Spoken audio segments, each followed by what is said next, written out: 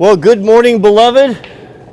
TGIF, huh? Boy, what a great day. I always look forward to Friday. I don't know where the week has gone. Man, I don't know if it's just me getting older, but it seems to me that time is moving by faster. I wonder if that is not a sign of the times of the mama. Well, you know it's Friday. Come on. You know, these animals are smart. Well, I've been telling her all week, you can't come down and bother me until Friday. And of course, here's Friday, and she knew exactly what time it was. Sometimes I think we don't give them enough credit. Well, Friday, you know what that means also for Proho. If you are official Proho, then you understand that you had an assignment. And if you haven't completed your assignment this week, you still have time to do it. I'll give you until sunset tonight when the Sabbath starts, and that is our 10-minute shower. Thankfully, I did mine already, and I don't have that looming over me the rest of the day. Now, I wasn't the first Proho to do it today. Our brother in Christ, Mike, he did 11 minutes this morning and told me that it was exhilarating. And I woke up to that. You know, hadn't even had my coffee yet when I got that message, and I had that to look forward to. So I thought, well, I better not put it off, and I'll just go for it. Now, yesterday, I was trying to... Come on down, Mama. Come on. Come on. All right, you... Oh, come on. Come on. What is it? Well, I'm not going to carry you. You want me to pick you up? Well, don't bite me. All right, well, if you want to come down here, you know how to get down here. I started preparing myself for this. Now, if you're just joining us and trying to figure out what we're talking about here, we are doing cold showers in the morning and the Wim Hof breathing method. And I cannot tell you, I was reading comments and personal messages, emails this morning to Mrs. W, and I was telling her I was so encouraged. It's incredible. I have not heard any negative feedback from it other than just positive results. A lot of people told me that it's changing their life, that they've had incredible energy, that they've never felt better. Some people are just jumping on board. I'm hearing every day people starting it for the first time. I'm almost 4 weeks in or so, give or take. I lost track. But I knew that this challenge was coming up. It was Monday. And so I started preparing myself. I did 3 minutes on Monday, and then I did 4 minutes, and then I did 5 or 6, I don't remember, trying to build up to this. And yesterday was quite miserable because I didn't have my head in the right space. I was looking at the clock, and I really suffered through that 5 minutes or so. But this morning, I was resolved, especially when I saw that some of you had already beat me to it. I was going to do it come hell or high water, and that's exactly what I did. The sense of accomplishment was real. It's no joke, man. It's legit. To be able to do that in cold water in wintertime is really something. And I just set the timer and got in there, and it was amazing. It was quite amazing. I really did feel proud of myself. I was quite content that we were able to do that. The cold shower. So if you haven't done it yet, come on, Mama, don't bite me here. She's not a tame lion. She bit me one time, and I've never forgiven her. She only bit me because I scared her. Okay, we have to light the lantern here. So if you're admiring my new cap, my lid, I have to thank Matt. I think Matt is a good youper. He reached out to me a couple weeks ago and said, I'd like to send you something. What's your hat size? So I figured he was going to send a hat. Now, you know there's nothing better. You never meet a better man than a Midwest man, especially you get your northern man, your youpers. They're good folks, good people. Maybe they always seem to be happy, and I think they're always happy because they're usually always drunk. I thought that we had a lot of bars here until I went up there, and I didn't understand that we are amateurs, amateur drinkers on the Pacific Northwest compared to what you folks do up there in the cold. But the box came, and he said, I wanted to send you and Jack a hat, and I just thought it would be a standard baseball cap or something, and he sent me these. You know what this is? This is a Stormy Cromer. I mean, is there anything more quintessential Midwest man, especially what do you call Midwest man that lives up in the north? Minnesota, Michigan. I don't know what we call them. We'll just call them youpers. Our youper friends are in the Upper Peninsula. There is nothing more quintessential than a Stormy Cromer. Now, I have seen these, in movies and such, and different people wearing them. I would have never, ever considered wearing one myself, being a Pacific Coast man, West Coast man, that likes to wear a flat brim. But I put this thing on, I got to looking at it. This is an extraordinary hat with an extraordinary history and incredibly well made. All USA made. I have to read this to you. Right inside of this is a tag. And I pulled out the literature and I got to looking at this and the build of it. And I thought, boy, this is quite a nice hat. He sent this one, which is a 100% wax cotton, like a Filson, just like the Filson material, almost identical to that, with a nylon liner inside, a quilted liner, and goodness, this thing is warm. I would expect that from a Youper. You put this on your head. I put it on my head last night in the house, and I had to take it off in about 10 minutes. Mrs. W told me I look quite handsome in it. I don't know what you guys think. I think it looks quite smart myself. But I wanted to share the history with you because I didn't know this until I opened it up. There's a tag inside. So do you know where this design came from? I mean, it's basically a baseball cap, canvas baseball cap with this crazy band around it and a place to tie it on the front where you can cinch it up around your head a little bit. So how this came about, it's an incredible story. So this was invented in 1903, and they've been producing them the same way ever since. And they're all, as I said, all American made, excellent quality.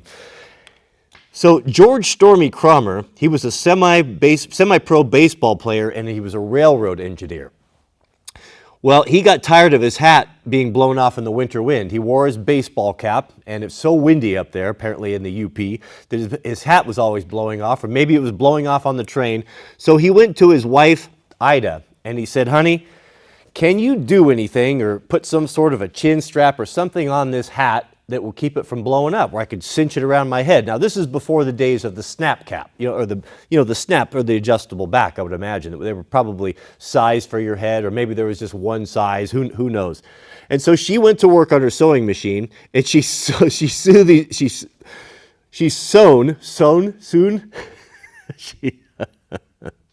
she stitched these flaps. She stitched the flaps on an old baseball cap to keep it snug, and it worked so well that 100 years later, it is still the legendary for comfort and fit. And there you have it right there, the legendary Stormy Cromer that I didn't know anything about, but my goodness, it is an excellent hat. Now, he sent one for Jack as well, and Jack's is all wool, which is pretty nice as well. I chose this one, and well, this one happened to fit me perfectly, and the wool hat happened to fit Jack perfectly. And he was kind of giving it the side eye, and I said, just wait till you take that thing outside when it's cold. I think you're going to be a fan of the Stormy Cromer. So I don't keep a lot of things anymore. I've told you that I'm all about having less but better.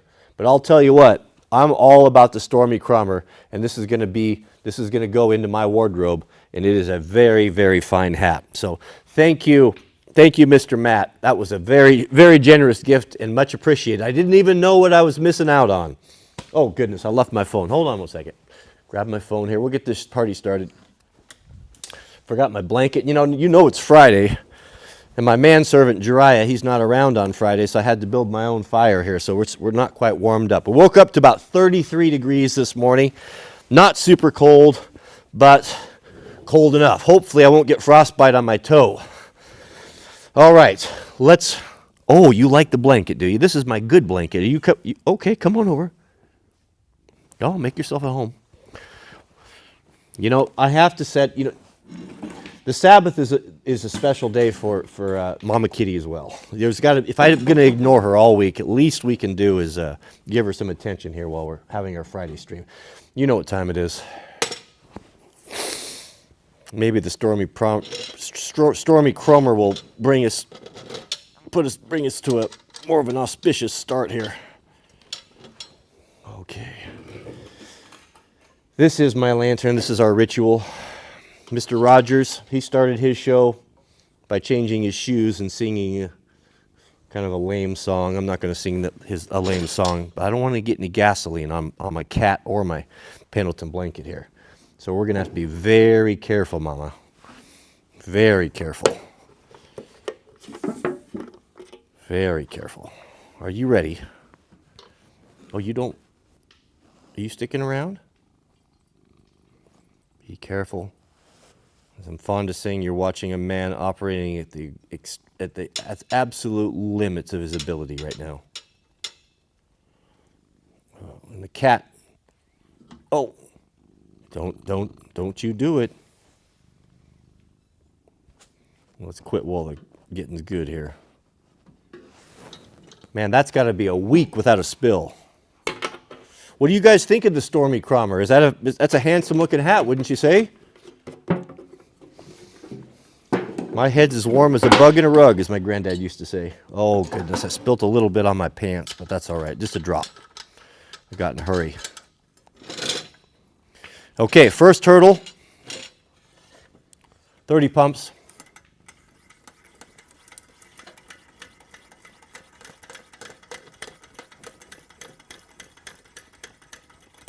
How many of you, put sevens in the chat, how many of you have done your 10-minute shower? How many of you have completed your homework?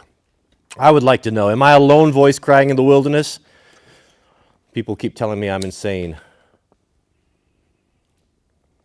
But if you have to, that's what it takes to be insane, to feel this good and have this sort of energy, then I'll happily be insane. All right. Focus.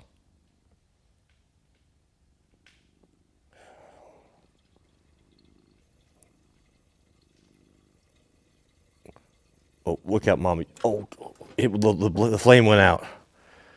Oh, that's not a good sign. Now it's all full of gas. I don't think you know what you're in for, Mommy. If this thing ignites and she jumps up and grabs my face with her claws, this is a terrible idea.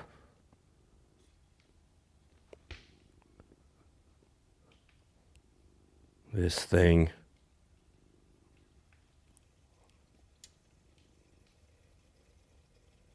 I hear the fuel running. Oh. Do we get it? Come on now. Come on now.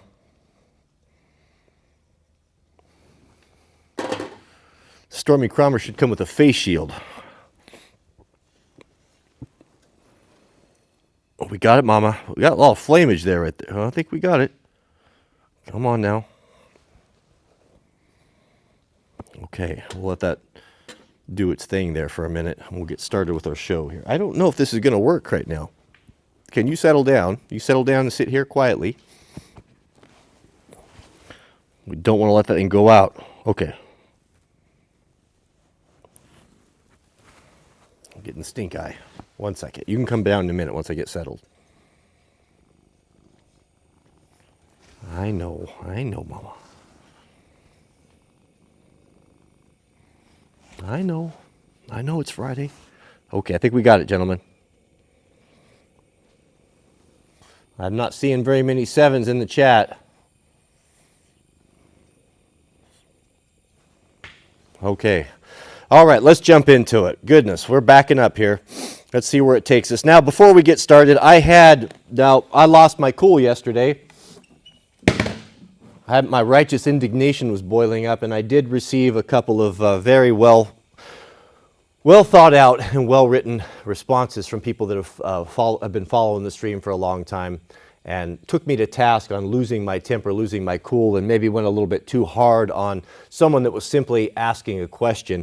And I think that they might be right, because everyone was of the same mind. So I will certainly apologize if I took that wrong, or if I took your intentions wrong. It wasn't necessarily directed at all of the folks that were asking the question. It was just, this is a sore spot that comes up all the time, and it gets a little tedious to have to keep going back on it.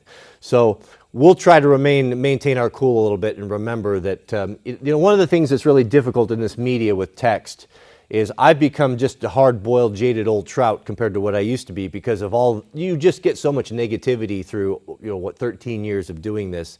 And you kind of get to the point where you, as a defense mechanism, you almost assume, you can kind of assume the worst, a maliciousness in the comment or the chat that is not always intended. And what I typically find is people, it's just a difficult medium. You can't read your audience. You can't read what the intent is.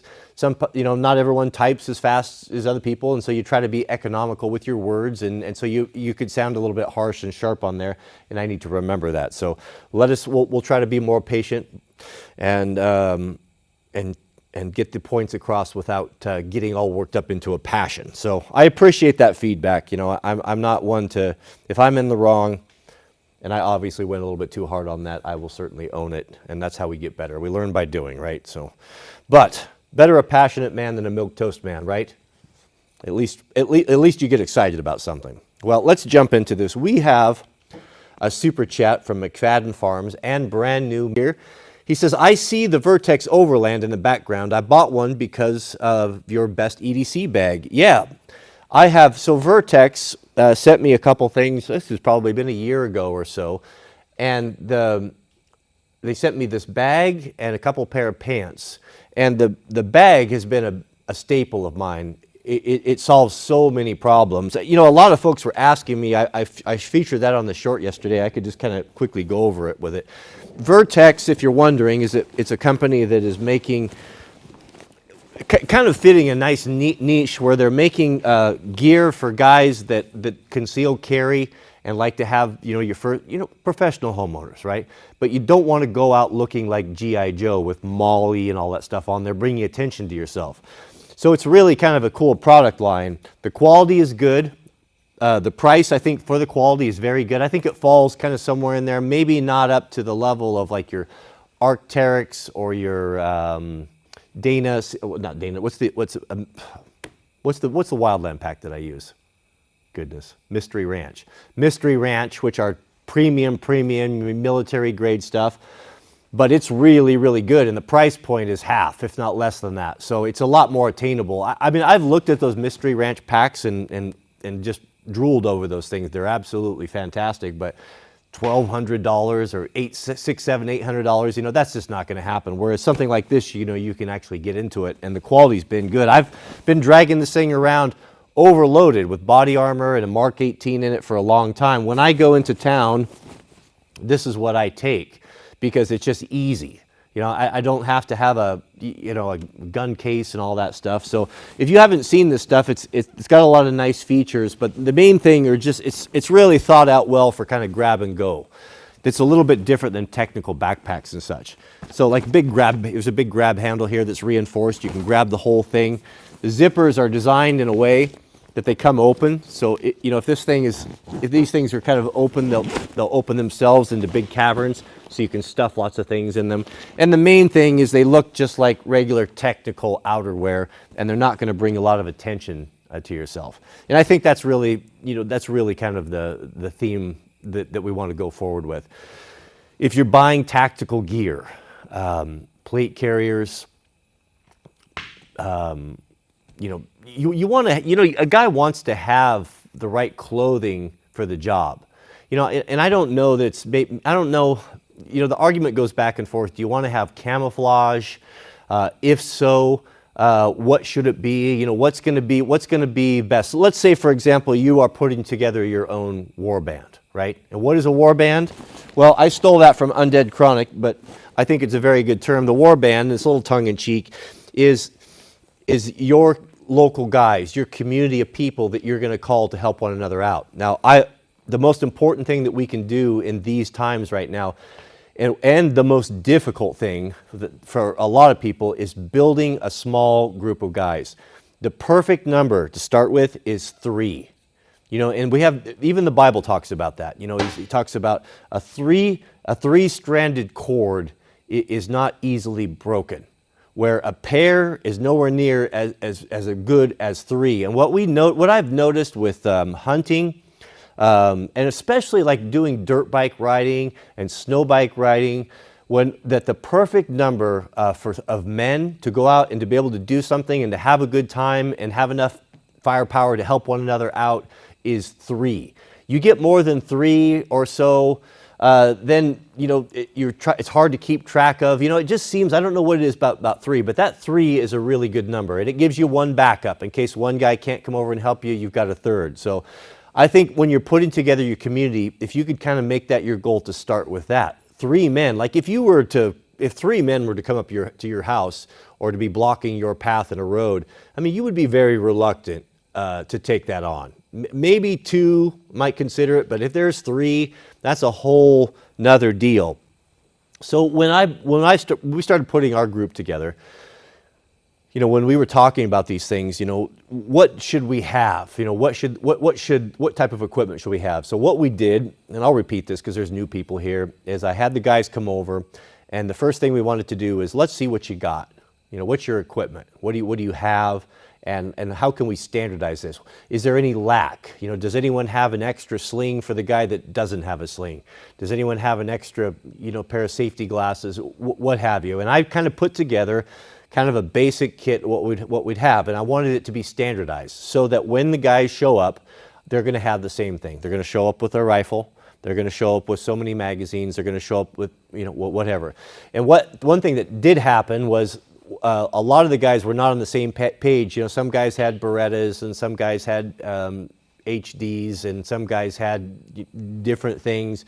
And we can just go buy whatever we wanted. You know, everyone's on a budget, right? So we kind of just tried to standardize things. And what ended up happening is some of the guys, I think most of the guys, ended up going back, selling all the mismatched stuff that they had, and just buying Glocks, for example, so that we're all on the same page with that sort of thing. But one topic that came up, you know, once we went through the gear and backpacks and just the basic things that people needed, you know, I had a couple extra set of body armor, a couple extra plate carriers. We had some guys that didn't have them, so I kicked it down to them just so that we had kind of a loan lease type of thing, so everyone was covered with the basics. But when the topic of uniform, you know, it's not really a uniform, but we wanted to have some consistency. So let's say that you had, there was a natural disaster. Let's say that there was a massive volcano. Mount Fuji erupted.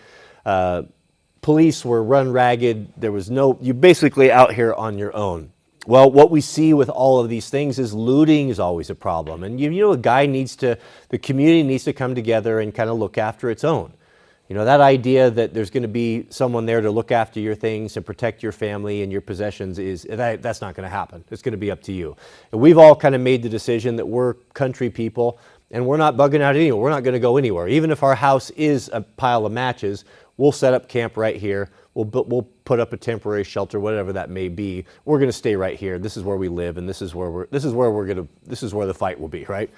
So when that idea came up of a uniform or something, some consistency, that was important because it was important to have something that is not too weird or crazy looking, that would make you really stand out from something that was official. You wanted to look professional.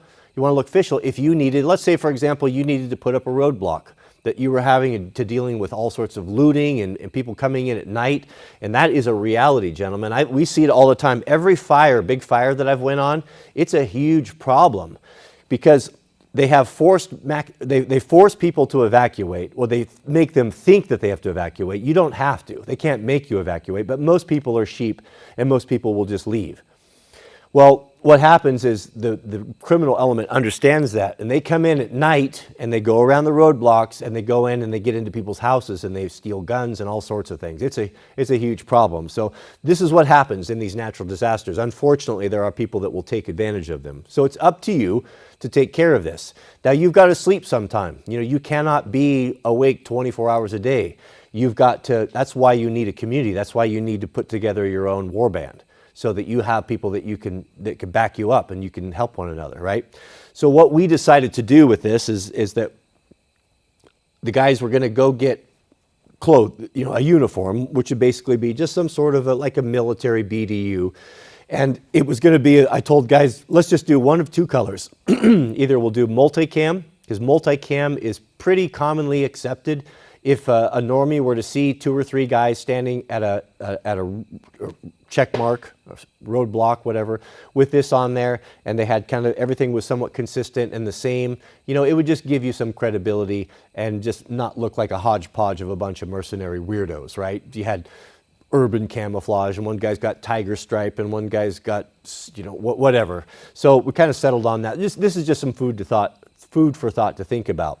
Rain gear, et cetera, et cetera. So think about your area, you know, that you're going to have to operate in. Do you need to stand outside, and do you need to run a checkpoint, or do you need to monitor all night, you know, who's coming and going? What's the weather? You know, do you have rain gear? So you want to think about that. So what we kind of decided on was just a general basic BDU in either Ranger green or a multicam, because those two kind of mix reasonably well together. So that's what we decided on. And then rain gear. Make sure whatever, or cold weather gear, wherever you live. Make sure you have that as well. That would also be appropriate. So I kind of like the Vertex stuff. It kind of fits into that. They offer that Ranger green, and you just can't really go wrong with it. So just some things to consider when you're putting together your group. You really need to build community. That's going to be the most important thing. We have a super chat from 46 Degrees North. Thank you for doing these. You're welcome. Thank you for supporting us. We really appreciate it. Thank you for your generosity, 40 Degrees.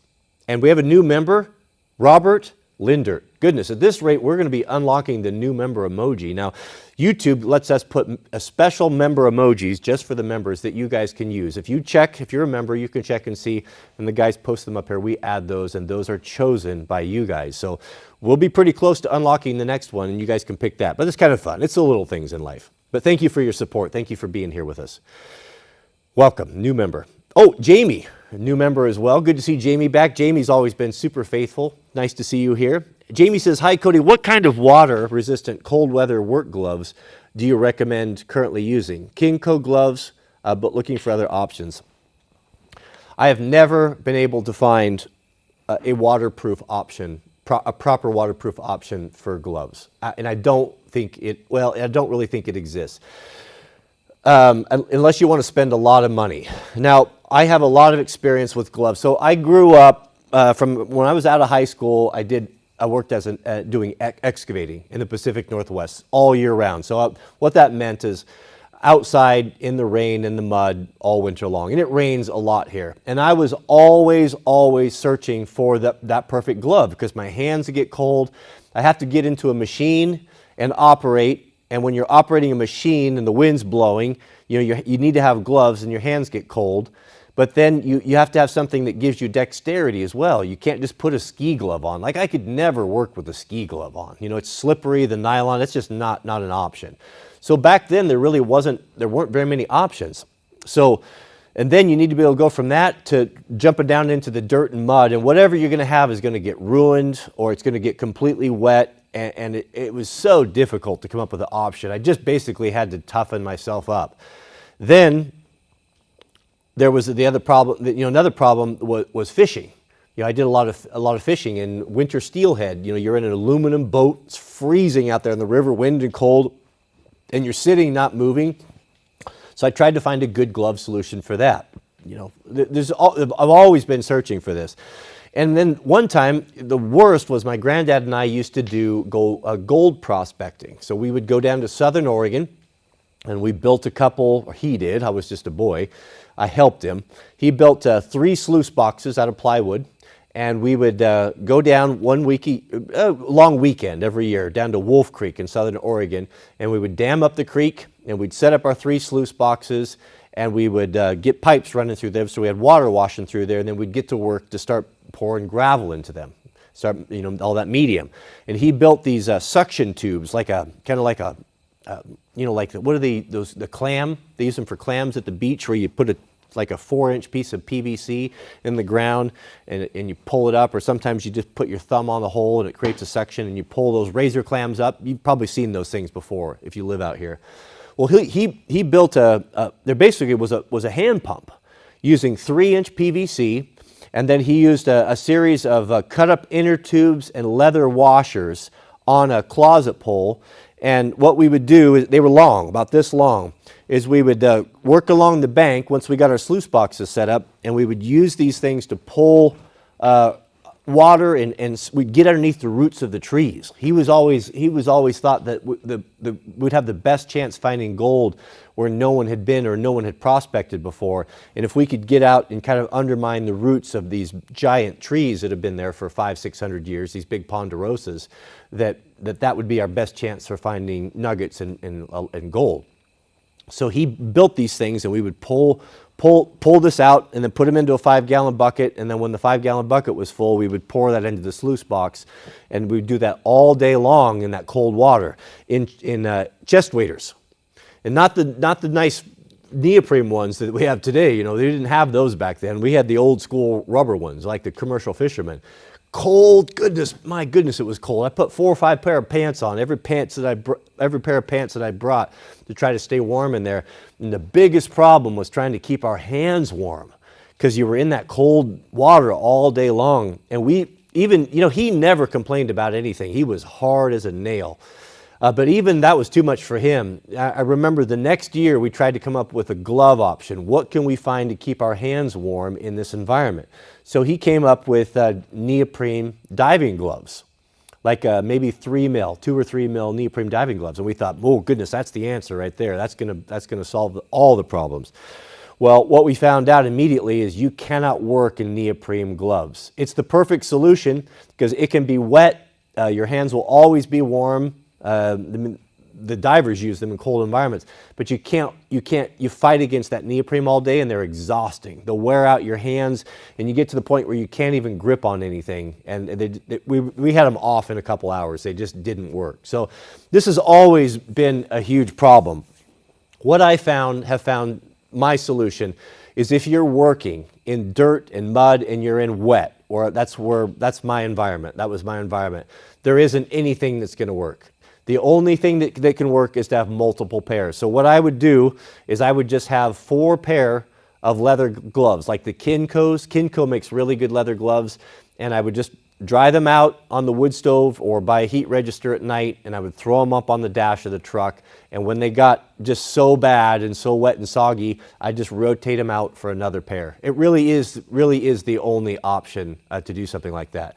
Now, if you're sitting and you're not in the mud, let's say you're duck hunting or goose hunting, or you're fishing in a boat, or you're just, I don't know, maybe you're even running equipment.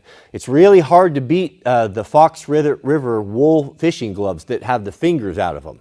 They make a really good glove that, and a lot of shooters use them, that all different options. You can get one with just the index finger out. You can get them with all the fingers out. And you can even get one that has the best one has got a kind of a slit in it, and it's kind of a mitten that flips over the top that you can fold back that will stay in position. So if you need fine motor skills, you need to use your fingers for things, doing detailed work, you can flip those out and do the work and then put those back on.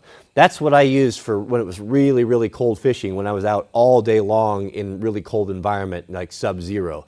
Wool gloves are wonderful. And the nice thing about wool is that it never loses its insulating properties. It will, even if it's completely soaking wet, it still is like 60% efficient, 50% efficient, and plenty enough to keep yourself warm. So look at those Fox River wool gloves. They're very high quality, and I couldn't speak to those enough.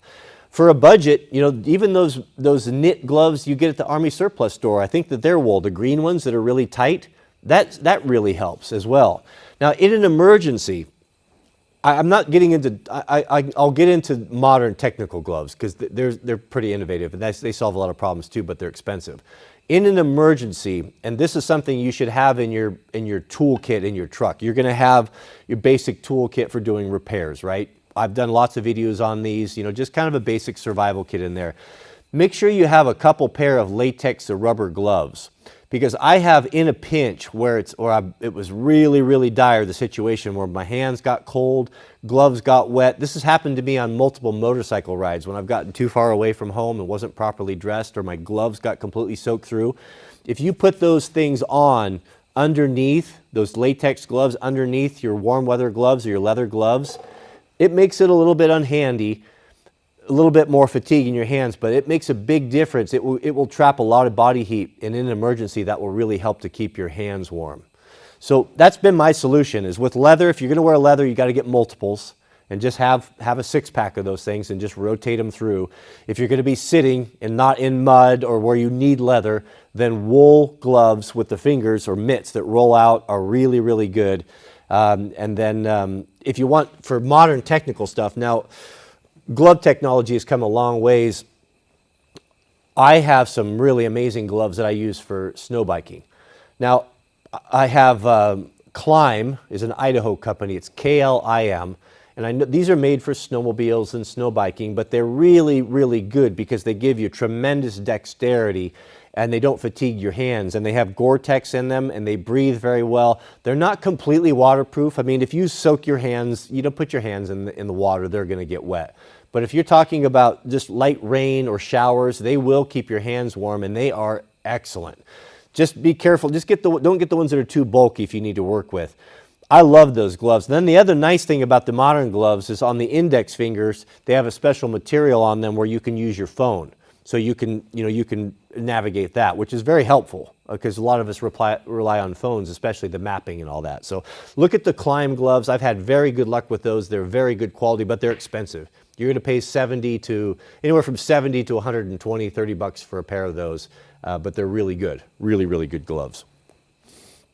We have a super chat from our friend Spartan219. Welcome, Spartan. Hope you're doing well. Good to see you here. He says he got his second cold shower today. The timer was 11:24. Our friend Spartan just pushed Mike out of the running. You've got the longest shower of anyone that has spoken up today. That's 1 minute and 24 seconds longer than mine. Mine was 10 minutes today. Shout out to you. Man, when I finish, my hands are less swollen today, but they've been in months. Yeah, isn't that amazing?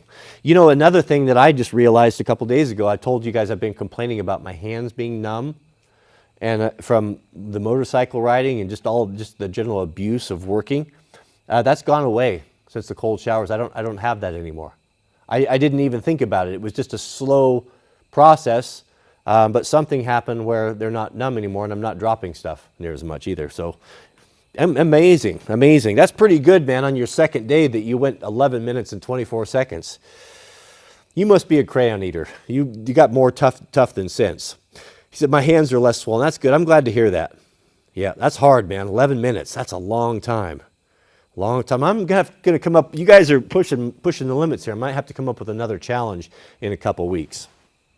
Shout out to you. Thank you for your generosity.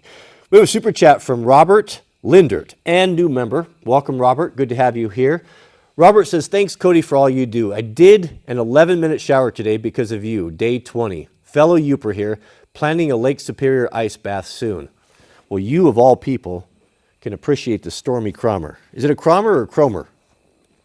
I don't know. I say Cromer.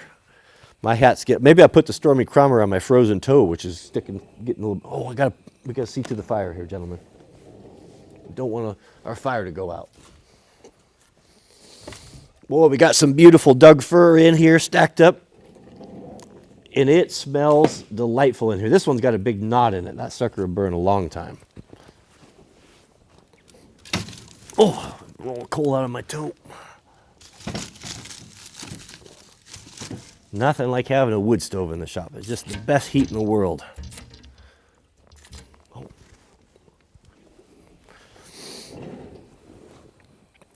Boy, you guys are pushing it. 11 minutes. I'm feeling a little bit bad. I almost did it too. When Mike told me he went 11 minutes, I should have did it. Now I'm reviling myself. I could have done it. I wasn't suffering, not too much. when that 10 minutes rung, and I thought, man, maybe I should go 12. See if I could do. I didn't. Oh, talk is cheap, isn't it? I didn't do it. You guys, it's not about competition though, right? If you can make it to 10 minutes, man, that's awesome. 11's even more incredible. JN, good to see you here. And new member, welcome JN. JN says, what do you think about buying extra firearms for children in case they become unavailable? Fighting types as well as hunting. But I have ARs in mind. Yeah, I think that would be a very wise thing to do because that's going to be money in the bank. You'll never lose. I mean, I know I have friends that is their investment strategy. That they're looking at, should I invest in real estate? Should I save my money? Should I put it in stocks and bonds? What should I do? And several of them are simply buying everything. They're buying firearms, but they're buying high-quality stuff that's in demand. Colt, Daniel Defense, really high-end, nice stuff that's always going to have a value. I think it's a great idea. Those are only going to go up in value, and once if they become harder to get or even illegal, act accordingly, then they're going to be twice what you paid for them just overnight. No question about it. I think so. I would make sure if I was going to do that, I would be sure, and I would stick to something that's going to resell really well. If you have any questions, go to your local gun store and ask them. It's like, what there's a lot of people that come in with trade-ins and different things, and there's certain models and certain things that they will immediately take that are in high demand because they know they can turn them because there's so many people looking for them. Anything from the older Colt stuff is gold. Anything that's got the name recognition and that you know, that branding that people come to respect and trust. You know, Daniel Defense, Knights Armament, LMT, you know, Bravo Company, you know, that sort of thing. Stay away from stuff that's oddball. You know, it's really tempting because you think, well, I can get 2 of these for the price of a Colt. Well, there's a reason for that. They're not all created equal. But I would think that that would be a very good idea. And let's say that you need to, I would look at that as just basically a forced savings account. If you need to get rid of it, it's not going to be a problem. You'll get your money back, probably more, and you're not going to be, your money's not going to be eaten up by inflation. Nothing like it would be in the bank right now. But I think that's a good idea. It is a strategy that I've considered. I haven't done it, but I have some friends that are doing it, and they're everything, all their excess income. You know, they've got their affairs in order. You know, they've got their house paid for, and they've got their trucks and stuff. You know, they're doing all right. But this is what they're doing. They're putting their money into that. I think it's very wise. It's a good idea. We have a super chat from Cobra Kyle. Welcome, Cobra Kyle. And new member. That's very generous of you. Thank you. Glad to have you here. Cobra Kyle says, I've been doing the 3-minute cold showers in the morning for 2 weeks. In the last 2 days, 10 minutes after work. Man, what a difference. I've been so alert the last couple days. It's astonishing. It's astonishing. Are you sleeping better? Let me know. Give me 7s in the comment. Are you sleeping better if you're doing this? Because I did a cold shower right before bed only one time. I was feeling so good that I thought, well, maybe I'll do it twice a day. But I got so amped up that I had a little bit trouble sleeping. So I don't know. Maybe I should back it up a little bit. Maybe take the cold shower an hour or 2 before sleeping. I wouldn't be opposed to that. Man, it's just the benefit's incredible. The energy level is off the chart, and appetite. I'll tell you, my appetite, Mrs. W is just, she can't believe it. So right before I started this, my appetite, especially after I broke my leg, has really went down. I lost a lot of weight and just didn't feel like eating, you know, just didn't feel like things were right. And normally my whole life I've always eaten, like, if she'll make breakfast for me, I'll eat 3 eggs. I've always had about 3 eggs, a piece of toast, a glass of orange juice, you know, maybe 2 or 3 sausages, and butter, lots of butter, you know, and basically that's and some fruit, a fruit bowl or something like that, you know, just small, not a big deal. The last week, I come out of that cold shower and the workout and doing the Wim Hof breathing method. This morning is the same thing I've had every morning. Every morning I'm eating 6 eggs, 7 pancakes, about so big, you know, big stack, 7 pancakes. On that 7 pancakes, I'd be eating a half a cube of butter, just by myself, with the maple syrup, 4 big old sausages, a pretty good sized bowl of walnuts or pecans. What else? And a green drink, like a smoothie, a vegetable type of smoothie type of drink.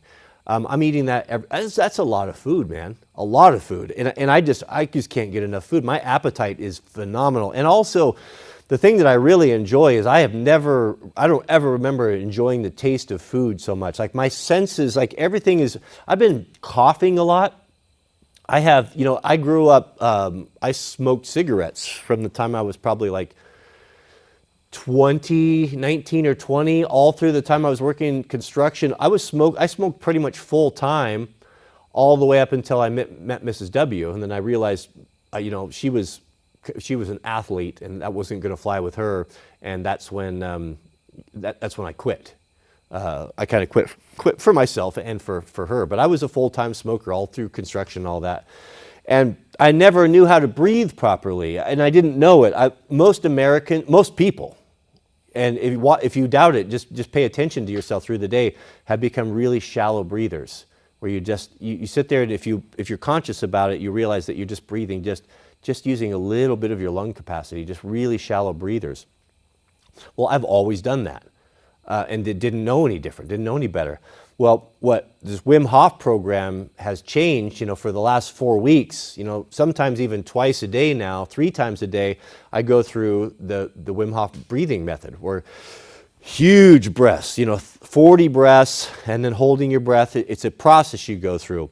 Well, ever since I've been doing that, I've been coughing a lot. And I was attributing it, I was thinking that it was just because I'd gotten a cold or whatever, it's the flu season, something like that. But just coughing up phlegm and just coughing up stuff. And what I realize is that now that I'm learning to breathe and introducing and I'm training myself to breathe deeply and to using all of my lungs, that they're like, it feels like I'm expelling like just years and years of whatever it was, smoke from wildland fires, tar from cigarettes, who knows what, but my body is, I don't know if it's a combination of the cold shower and the breathing, but I feel it cleansing itself. And I just feel like I'm getting cleaner and cleaner, and I've been very deliberate to drink more water. It's really hard for me to drink water. Wim says you should be drinking 2 liters a day, and that's what I've been doing. So I've got this big hydro flask, and I fill it up in the morning, and I've actually been drinking about 3 of these, and that's also helping. So I think it's a combination of learning to use my lungs properly, learning how to breathe properly through the Wim Hof breathing method, the pure, good well water, good, healthy water, clean food, and the cold showers are all of this, all of these, as you said, are bricks that build up to build something, so you maybe just can't say one thing. I think it's important. The showers in themselves are important. If you just did that, that's a good way to get you going. Some of the guys are saying that they're giving up coffee. They don't even have withdrawals anymore from this alone. But me personally, I think it's important. It's kind of, there's 4 things involved with this. It's the cold shower. It's the Wim Hof breathing method. It's the a clean diet, clean as you can, and drinking water, drinking lots of water. Hey, Mama, welcome back. Man, I'm geeked. I'm absolutely geeked. It's life changing. So here's one thing. I would love to meet Wim Hof. Now he lives in the Netherlands, and it just so happens that we are planning a trip to go to the Netherlands this summer. You may or may not know, Mrs. W has a, oh, come on, Mama, it's Friday. Goodness, I know. Come on. I'm a man of my word.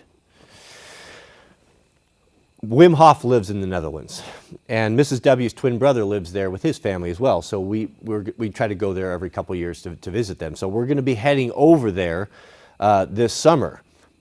We're going to try to reach out, and this is a real long shot. He may not be interested in it, but I would love to, if we could get a day to go there at his beautiful home there. He's got a home and garden. And there would be nothing better than if we maybe even do a meetup there with him. I know I haven't asked him. I haven't even gotten in touch with him. Some of the guys have been reaching out for me, so we'll pursue that. But man, wouldn't that be cool to go right to the? Oh, I keep wanting to put you right to the horse's mouth. So it's a long shot, but if you have any pull, or if you know how to get a hold of Wim, if you could get a message to him and ask him if he would be open to this. We have our dates. So that would be something that would be cool. There's not very many people, if anyone, of celebrities that I would want to meet. Like, no one comes to mind, but I would like to meet him. I would like to meet him and thank him for this tremendous benefit that I'm experiencing. It's amazing. It's amazing. I can't believe more people haven't heard of it. I can't believe it took me so long to hear about it. When I saw people doing the ice bath and all this stuff on Joe Rogan, I thought, oh, here we go, another trend, What's this, the next P90X, This is what we don't need is another trend. But this is something that's very different. No one's grifting. You don't have to spend any money on this. You can do it in your own home. You don't have to go to a gym. There's no guru. It's amazing. Amazing. And I'm so glad to see you guys doing it as well. That's great. Good job, Cobra Kyle. For 2 weeks, in the last 2 days, 10-minute workout after. Man, what a difference. I've been so alert the last couple days. Yeah, man, me too. It's amazing. Amazing. We have a super chat from Curtis Apgar. What are everyone's cold water temperatures? Now, the middleman, I saw they were one of them posted a picture, and I think it was 51 degrees was his water, and that's probably pretty close for most of us for source water. Speaking of source water, I'm getting pretty thirsty here, Mama. I don't usually allow you on my special Pendleton blanket here. This is a special treat for you.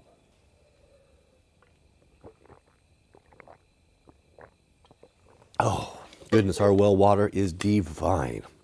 Divine. I pretty much just don't even drink anything anymore.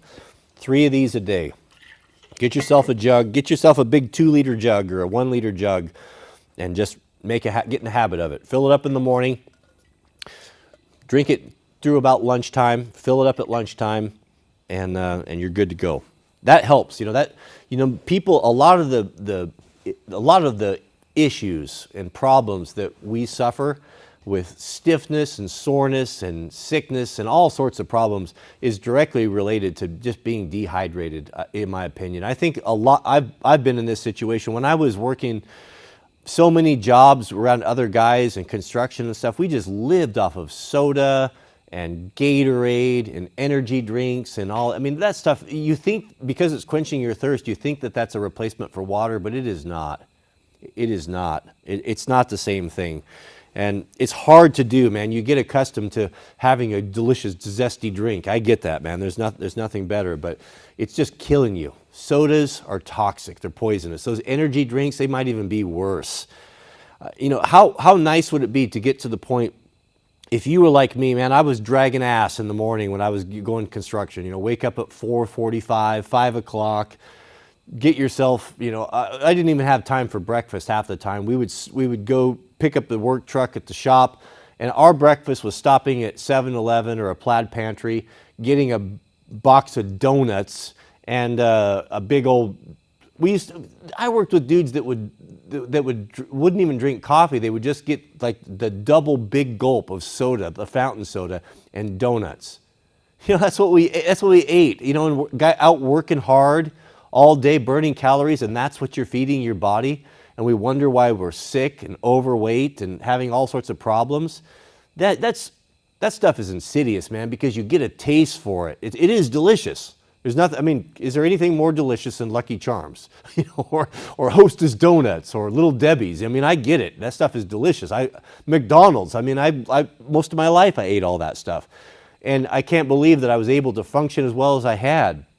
Now that I'm not a fool and looking back, I start to realize, man, what could our potential been? How much better could our lifestyle have been had we not had all that poison pushed upon us?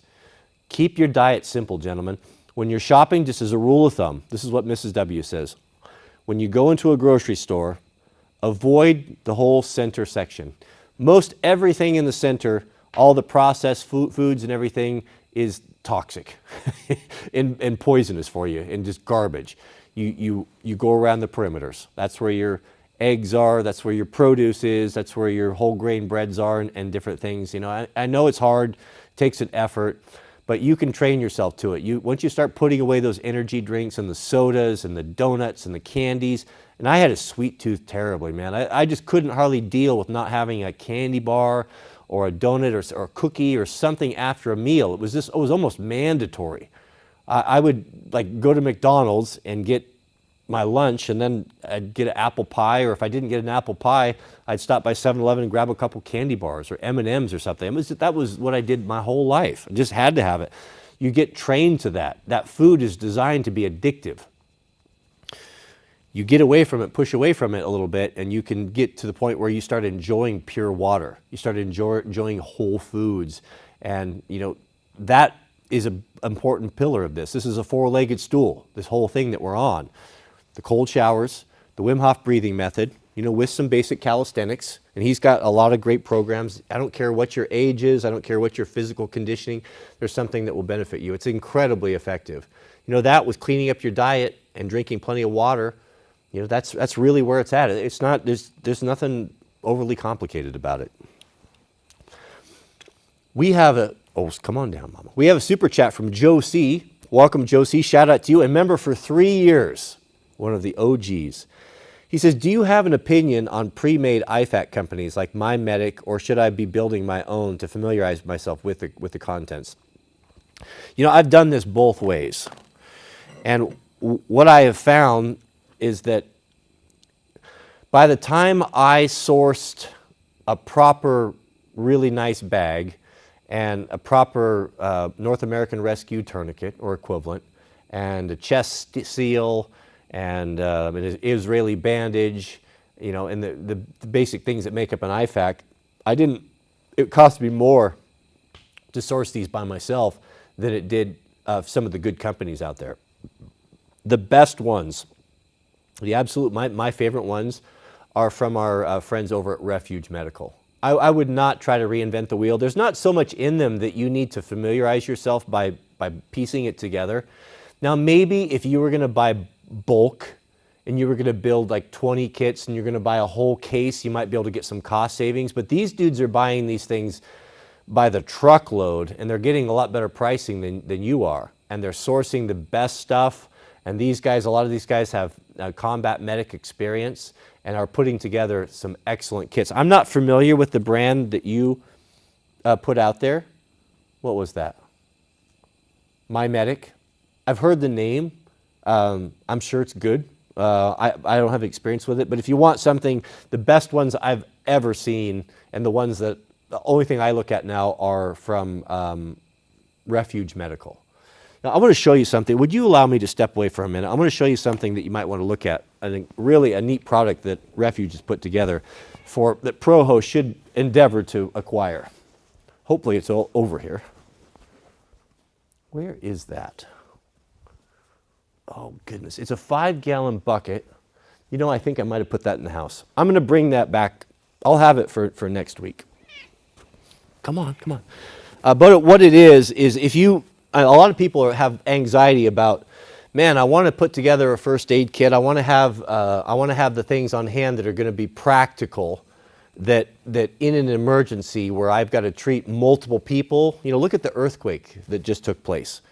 I mean, your little first aid kit and your IFAC will be exhausted immediately. You're not going to be able to do a whole lot of good with that. You need something that's got, you need quantity. But when you look at a lot of these pre-made kits, you know, they look nice, and some of them have really cool looking cases and all that, but when you really break it down and get into the substance, there's really not much there. Because what it comes down to is you need a ton of blood sponges and absorbent and that sort of thing, things for packing wounds and such. And they put together, if you go to their site, Refuge Medical, they have a 5-gallon bucket where they have really done their research, and it's packed with the things that you need. And if you just wanted to be one and done, you've already got your personal IFAC or 2 of those on your web gear or on your plate carrier or in your go bag or whatever that is. The next logical step for that would be to have kind of a whole house unit. Now, this is not going to be like boo-boo kits and stuff. It's not going to be medicines and Tylenols and, you know, little bandages and stuff like that. This is going to be in case of emergency, break glass type of thing. It's all in a 5-gallon bucket. It's going to stay clean. It's durable. You can beat it around. You can leave it out in the shop. You don't have to worry about it getting damp or dirty. It is awesome, and it is packed full of stuff. If you tried to source all that stuff, when I first did the video on that and started pulling the stuff out of there, I couldn't figure out how they could possibly offer so much for the reasonable price that they were asking for it. Because if I had to source all that by myself, it would have been significantly more, in my opinion, when I looked at it. So I would highly recommend that. Have that for your home kit is the best one that I've seen. Also, my friend Mr. David Pruitt, USNER doc, he was a former YouTuber. I don't know if he's doing YouTube anymore, but I've known him for going almost 15 years. He's a retired Navy doctor, as well as worked as an emergency doc for a long time. I don't know if he's still working or he's retired, but he's an Oregon man. And he has a small company called AMP3, and they do some really, really nice stuff. And they do some stuff that's really specific for particular jobs. Like he sent me not too long ago a kit for wildland firefighting that was really comprehensive. It had a lot of extra stuff for burn care, extra stuff but his stuff is really good for the home kit. If you want a kit we're talking about 3 separate things here. Your IFAC is your personal IFAC, your personal kit that you're going to have on you. It's going to be small. It's going to have a tourniquet in it. It's going to have maybe some quick clot. There's usually 4 things: tourniquet, quick clot, Israeli bandage, which is a compression bandage, and what else? What am I thinking of? Now, there's a fourth thing in there that's pretty typical with those. Tourniquet, did I say that? That it's going to deal with a gunshot wound or a major bleed or a trauma, something like that. You're going to have that. Then you're going to want to have like the bucket from Refuge Medical that's going to have a lot of multi casualties. You know, your neighbor's house collapsed and there's 3 or 4 people. You actually have to do triage and such, where you're going to have a lot of material to deal with a lot of problems really quickly. And then the third leg of the perfect first aid solution is going to be your home kit, which is going to have all of the things for cuts and bruises and slivers, and especially that the kids run into. Last week, I'll tell you, I was so grateful. David Pruitt from AMP3 Medical, he has his big campaign roll, and I've got 2 of those. And when you open it up, it is so well thought out and so well researched. Go to his website, AMP3 Medical, and he's got every single thing labeled per thing. So if you have a dental problem, you pull out this module. You have an eye problem, you pull out this module. You have whatever it may be, a bee sting, you pull out, or an allergic reaction, you pull out this module. And that's important when you're stressed out. When your little kids or your daughter is suffering, you don't want to have to like wonder, well, where's the first aid kit and how am I going to deal with this? He's laid it all out, or in an event of an emergency, you can simply, careful, goodness, Peak, you are so entitled, goodness. Typical woman. Sense of entitlement is astonishing. Last week, the Sweet Loaf came downstairs holding her eye and upset. Something in her eye. She was hurting, in distress. And got her down in front of my chair, set her on the footstool. I'm trying to look and see what it is. And, she's crying and upset. What's going on here? I'm trying to figure it out. Well, in the meantime, I shouted to Mrs. W. I said, get the med kit. The AMP3 kit, the big campaign roll, the one that's designed for home emergencies and stuff. She ran in the cabinet where we grabbed it and brought it out and rolled that out. And I said, get me the eye module. She pulls out the eye module, everything in there that I'm going to need. Eye wash cup, instruments for removing foreign matter, the saline solution, patches, all those basic first aid kits just for the eye. I didn't have to worry about it. I didn't have to think about, pouring stuff out and where's this and where's that. The baby's in distress. I'm trying to remain calm. I'm trying to deal with the situation. The last thing I needed was chaos with this. And because David had done this work and this kit was so well thought out, she pulls it out, she hands it to me, I'm able to deal with the situation. She was playing around with some sharp glitter, and it got on her face, and she got it into her eye, and it was so sharp that it got kind of stuck in the corner of her eye, and it was really painful for her. And I was able to deal with that. I had the eye wash, I had the eye cup. In just a matter of a minute, we had the whole solution solved, had the baby calmed down, and a disaster averted. Because of the efficiency of that kit. And the first thing I did when I was done is I emailed David and said, goodness, I want to thank you for what you've done with this kit. Because you had laid it out, because you had done all the thinking for me, I didn't have to worry about it. It was a stressful, difficult situation. We were able to handle it and solve a problem because of this, because of that kit. So, it's 2 separate things. The trauma kits you're rarely going to get into, if ever. That's going to be left for major bleeders, life-threatening type of things. But the home kit's the one you're going to be in all the time. Bandages, Tylenols, eye washes, bee stings, all that sort of thing that kids always seem to get into. But those are the 2 companies. They're not the only ones. I'm not saying that. They're just the 2 companies that I have personally dealt with and deal with, and I just don't need to look any further than that. They're just so good. Good question, though. We have a super chat from Stephen Shred. Shout out to you, Stephen. Stephen says, one of your Sterling fans is not... Is that right? Are you trolling me? Are you gaslighting me? Maybe, did it start on its own? Well, thanks for the reminder. We have a super chat from our friend Andrew Rouse. Welcome. That's very generous of you, Andrew. Thank you. Thank you for being so loyal and faithful. We always are happy to see you here, Andrew. Andrew writes, hey, Cody, have you ever seen any Bigfoots in Pacific Northwest or know of anyone who has? Man, I have not personally seen one. Do I believe that there is a Bigfoot?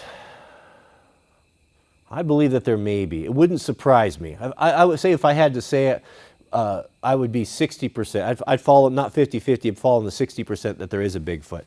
I heard a terrible shrieking at our old homestead one time that, being someone that's grown up in the woods in this area, this is my homeland, my home country, I pretty much know what animals are in the forest and what sounds that they make.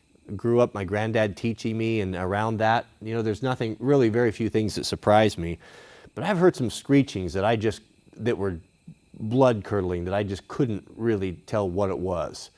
And I don't know exactly if that was a Bigfoot or what it was.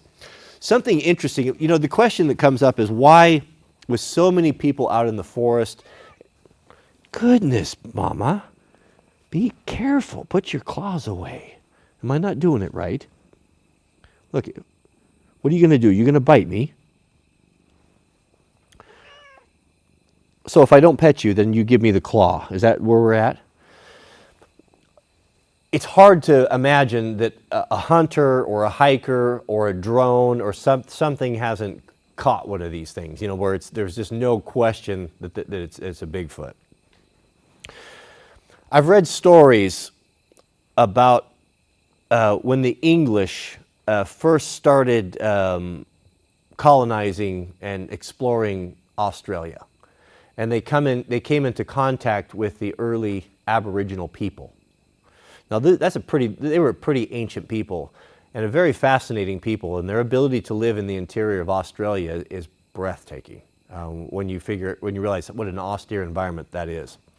There are many reports from the early explorers in that area that wrote about when they came in contact with these Aboriginal people, that they had the ability to speak to them through telekinesis, or through basically put a voice in English in their brain.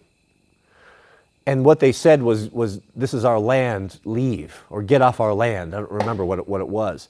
And this so terrified the early explorers that they couldn't figure out, they couldn't understand how this was possible. How could these people that don't speak our language, how could they be communicating to us in our heads, a voice in our head, in our own language? And it terrified them. Then they attributed it to them being demonic and having demonic possession, and that further justified them in wiping out and furthering to destroy these people. So whether or not you believe that or not, I don't know. I'm just telling you what I read, and they believed it. They wrote this down, and you can go look this up, and you can find it if you dig around enough. A lot of this stuff is suppressed. There's people that don't want you to know these sorts of things. So they believed that they had some sort of a supernatural ability to explain or to communicate.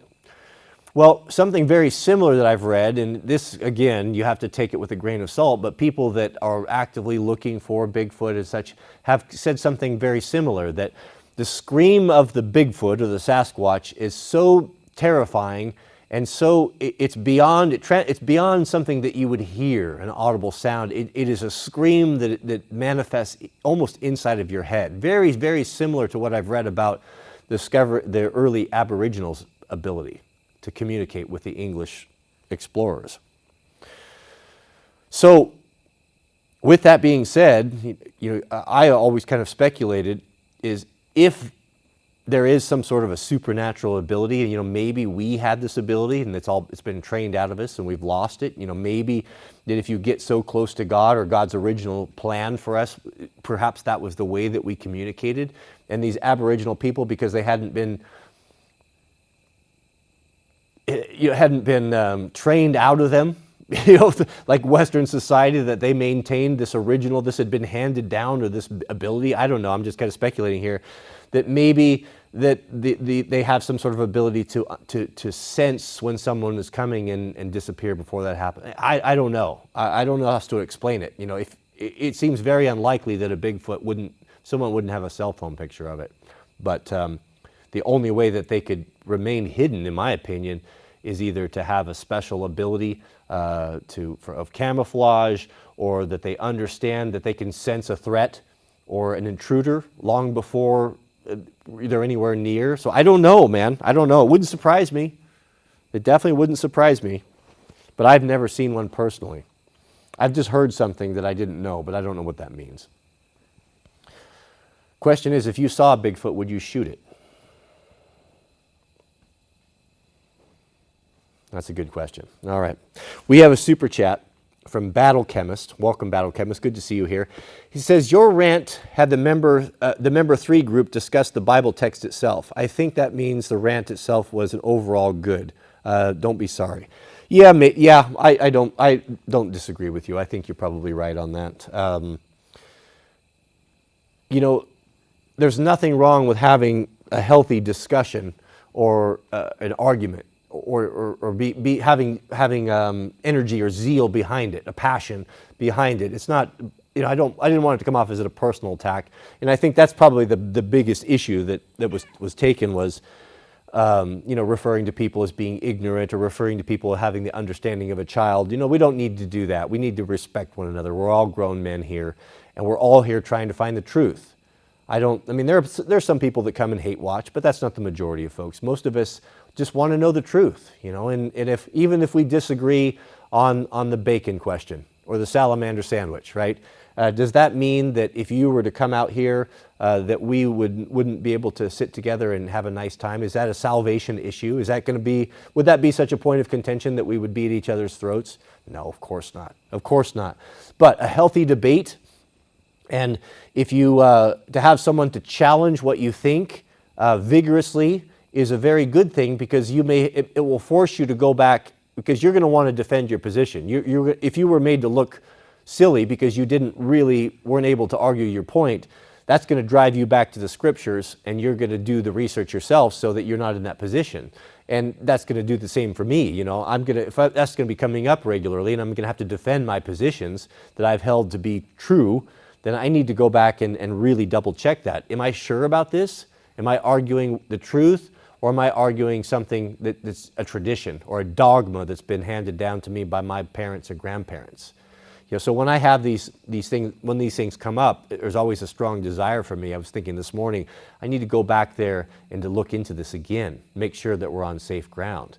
But the most important thing, more important than any of that, I know, Mama, I know, good grief, is to be able to admit that we're wrong, if that be the case. If in fact something comes to light where, even though I've vigorously defended something, and I've been, the internet is forever. Everything that I say right here is, even if I were to delete a video, there's no point of that. It's all there's enemies that record everything. They record them so that they can put that up there. The internet's forever. Everything I say on here is forever. It'll follow me to my grave. And it can be hard, it can really mess with your pride if you've been 10 years saying a particular thing. Let's say, take the example of the clean and unclean food. But if tomorrow, if the Lord came to me in a vision and showed me scriptures and walked me through the Bible and showed me where I was in error, how would I open tomorrow or Monday's live stream?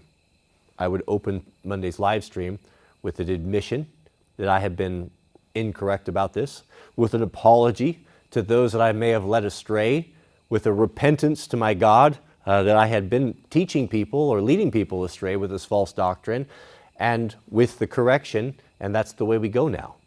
That's what a progressive man does. The most progressive thing you can do is, if you're going the wrong way, is to turn around and go back. It doesn't make any sense to be going the wrong way that's not going to the destination you want to arrive at, realizing that you're on the wrong way, and then just hammer down and keep going. That's foolish to do that.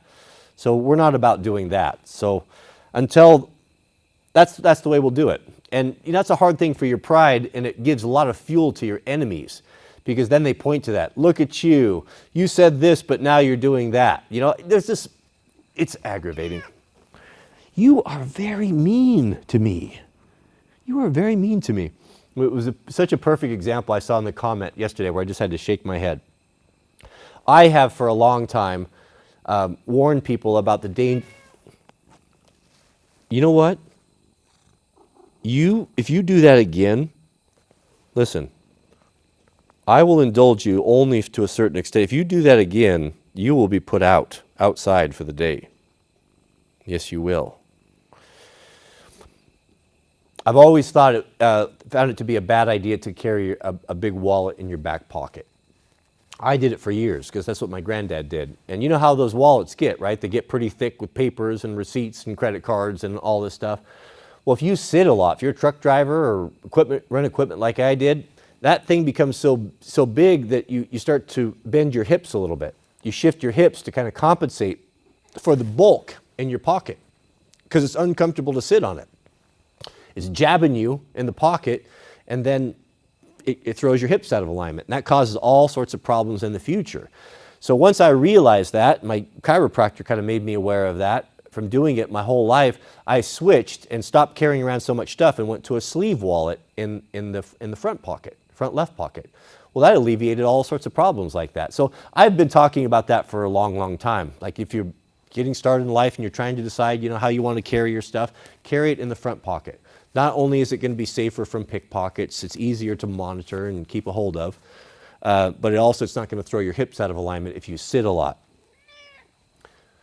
And that short video I did which was a little tongue-in-cheek, of getting ready, getting rigged up to go to Portland, with the extra I took an extra magazine, a 20-round magazine, and I put it in my back pocket, right? Put it in my back pocket and walked. You probably saw the video. Well, the dude gets on there and he's all excited. He's like, "Oh, I got him. He's like, "You're a liar." I'm paraphrasing here. "You're a liar. You told us, you've been teaching us that we shouldn't be putting a wallet in the back pocket because it throws your hips out of alignment. And you throw a magazine in your back pocket." How long had he been waiting? And how long had he been watching? Because I haven't talked about this for years that I can remember.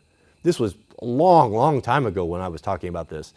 He's been watching that whole time, waiting for an opportunity, and that was his opportunity to call me out as a liar and a fraud because I'm not practicing what I'm preaching. There I went, I threw a magazine in my back pocket.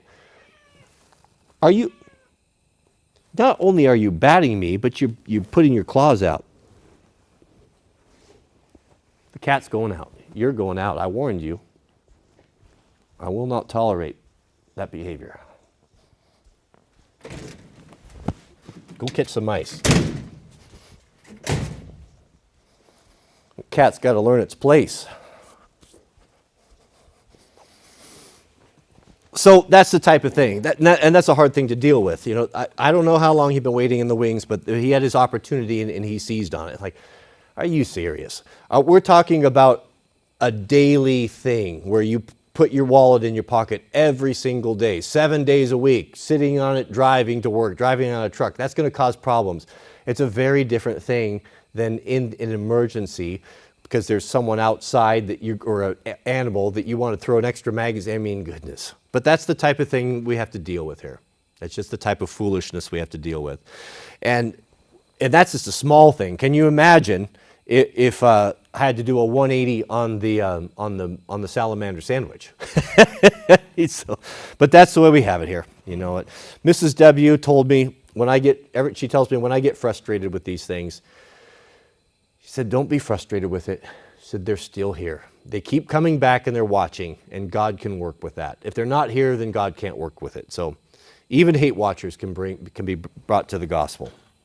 We're not perfect here.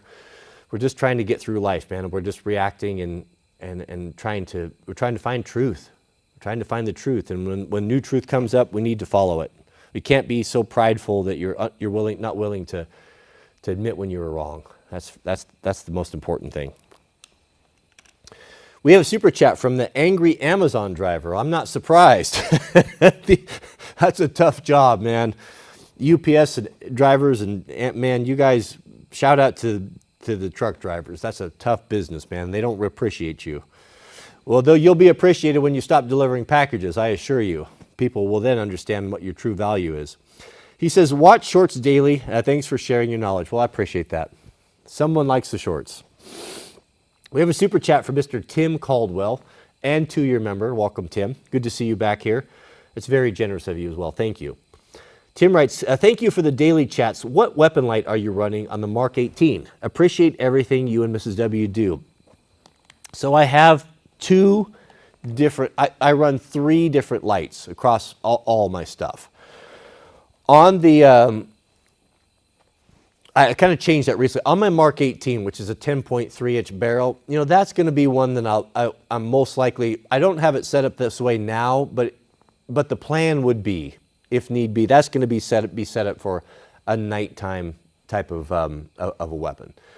That's when I'll put the maul on. That's what I would grab if I was going to work it with night vision. I've got the tall Unity mount on it, so I can see, I can use the red dot clearly with the night vision goggles. Also, to put the maul on it, and then the short barrel and just the compact nature of it, that's kind of the way we set it up. My neighbor, the war member, one of my members of the war band, you know, we've been setting up, he's recently gotten into night vision, and I went with the 10.3, the Mark 18, and he's went with the 11.5. But we have basically the same concept, the tall mount, so that can be used with either a gas mask or night vision. If you tried to get down on a co-witness sight, or even a lower one third, if you try to get down on that with night vision, it's almost impossible. But with the tall Unity sights, the 2-inch sights, you can get up and you can actually look through the red dot and they're usable. Same way with the gas mask. So that's kind of the way we set that up. Now the light that I chose for that is the single cylinder Scout light, the Surefire Scout. I tried all sorts of different things. I tried the big Scout. I tried the small Scout, which I ultimately ended up going on with an Arisaka mount. And I even had the mod light on there for a while. And what I found was for CQB, for lack of a better word, a house defender, where you're going to go, this is what I'm going to pick up at night. If someone's messing around, that's what I'm going outside with, is the Mark 18. So that's kind of my thought concept when I spec'd this thing out. I originally put the mod light on there because I thought, oh, I want the biggest, baddest light I can get. It's going to just be super bright, and just the light alone will make them wilt, just shake in their boots. But man, when I started working with that a little bit with night vision and around the house, it's just too damn bright, way too bright. Just the reflection off of, oh, you found your way back in, did you? Demon cat. You stay up there. If I take away the blanket, will that take away your incentive? You stay up there. You had your chance. No. Don't. I don't mind I just don't like you take your claws out.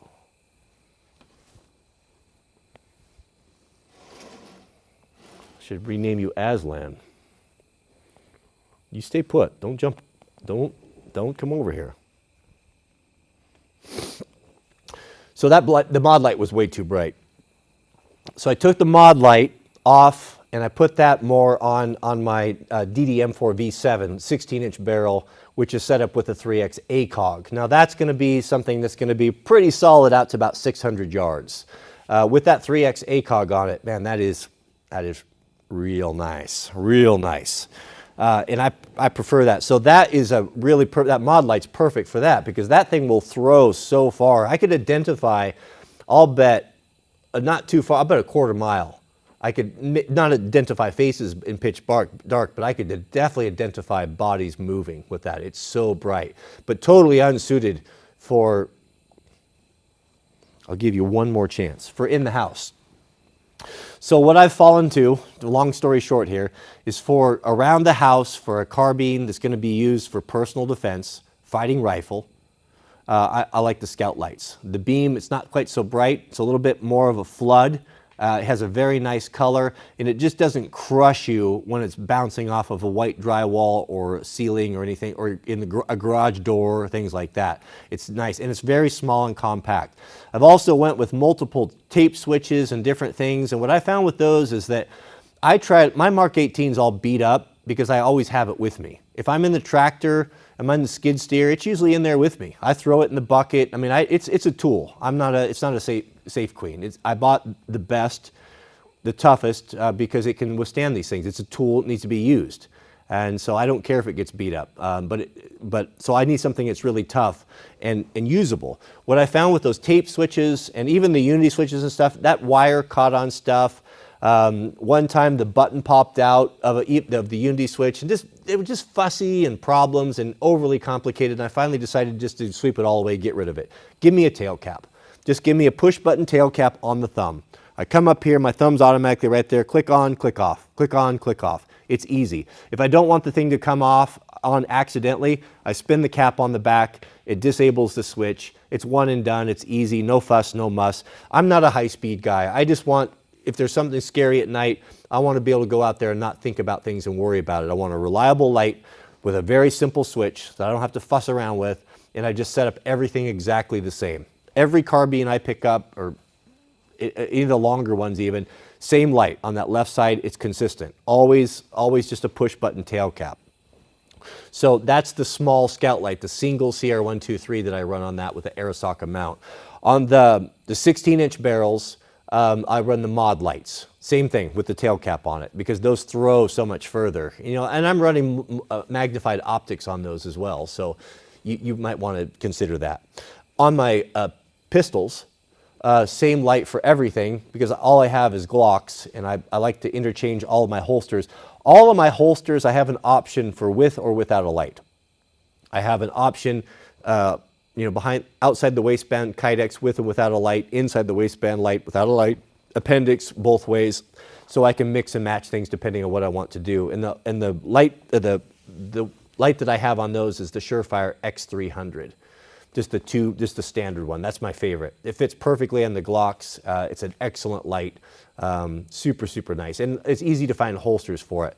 Now with I have one exception to that.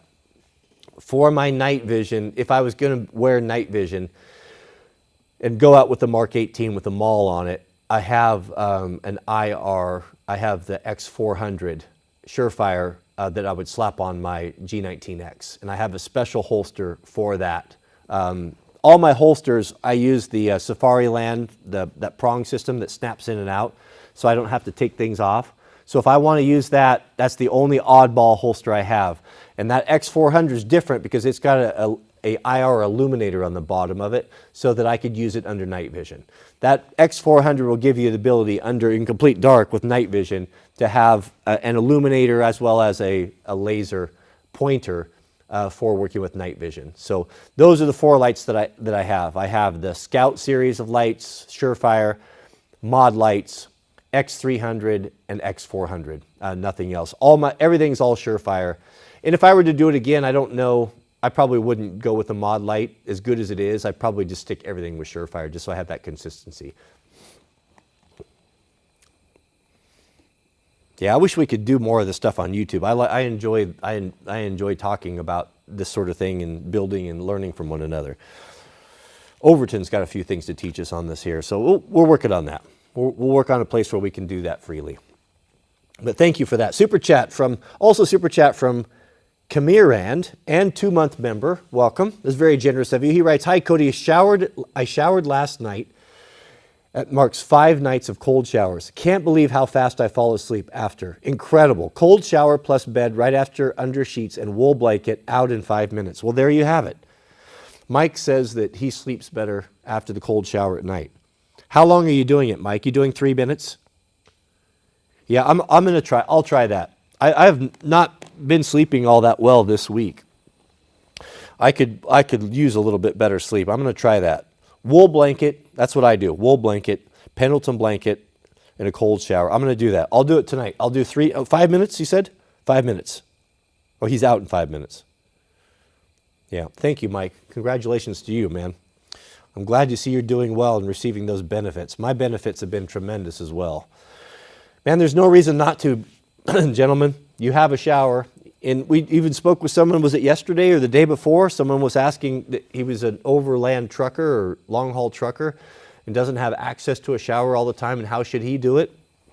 Well, that question came up in one of the Wim Hof videos that I watched, and he said, just get some water on a rag. Just put it on your skin. Go outside and just wet yourself down. Just keep dipping it in the water, and you can get that effect, that same effect. And I thought that was a good solution. We have a super chat from John Colwart, and member for 2 months. Shout out to you, John. John says, "Crayon eater here." Of course, leave it up to a Marine to do a 14-minute cold shower. Good grief. 14-minute cold shower today, week 3 of showers. Happy Sabbath. There you have it. John Colbert, leave it up to a jarhead. We say that very fondly, of course. I tell you the first time I went to the recruiter. So I didn't know anything about the military, but some people are just kind of cut out to serve. I don't know if it's the sheepdog mentality. I think a lot of you will relate to that if you're here. You know, we're all kind of cut out of the same cloth here. We find our own ways to build that brotherhood, that camaraderie that comes from working with fellow men for a common struggle, right? I felt that when I was young. I found myself volunteering for the fire department when I was 16, 17. You know, I just naturally wanted to be in, I just wanted to be in that environment. I wanted to help people and do exciting things and such. And so ultimately that kind of drew me into the military. So when I was 17, and I didn't know anything about the military, I didn't know that there were different branches. I didn't know that there were Marines really, or Army or Navy. I just thought it was all one. You know, I grew up in a very closed society that was somewhat anti-military, or maybe not anti-military, but we weren't allowed to join. So I was going out on the limb. This was before I left the church, and I decided I got in my mind that I was going to go join the military. So I was driving along one day. It was on McLaughlin Boulevard, heading towards Portland, and I saw a recruiter station. I was 17, and I went to the recruiter station, and I pulled in there, and I was a little bit nervous to get out, and I thought, and I'd made up in my mind, I'm like, I'm gonna do it. I'm just gonna go sign up, and I'm gonna join the military, and that's gonna be my way out of this Christian cult that I joined, that I was born in. So I'll never forget it. So I walked in, and there was a foyer. And this was a multi-branch recruiting station where I think all 4 branches were there. But when I walked in, there was a foyer, and on the left side was a door, and on the right side was a door. And the Army was on the left, and the Marine Corps was on the right. Well, I walked in there, and I'm looking back and forth. You know, what? 17. Like, trying to figure out, you know, which door should I go in?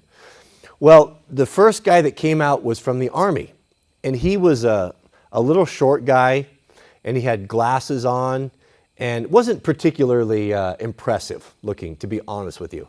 And I looked at him, and he started to say something, and just the moment he started talking, the other door slammed open, and out stepped the most amazing looking man that I'd ever seen, a United States Marine, and he was in a beautiful uniform with the tan pants and the stripe and all of that. And I looked at the Marine, and I looked back at the Army guy, and I said, I want to talk to you. They both came out at the same time, and I went in and sat down with the Marine Corps. And he was fabulous. I mean, he was tall and handsome and built, and his uniform was absolutely perfect, you know, as Marines are. He was very, very impressive.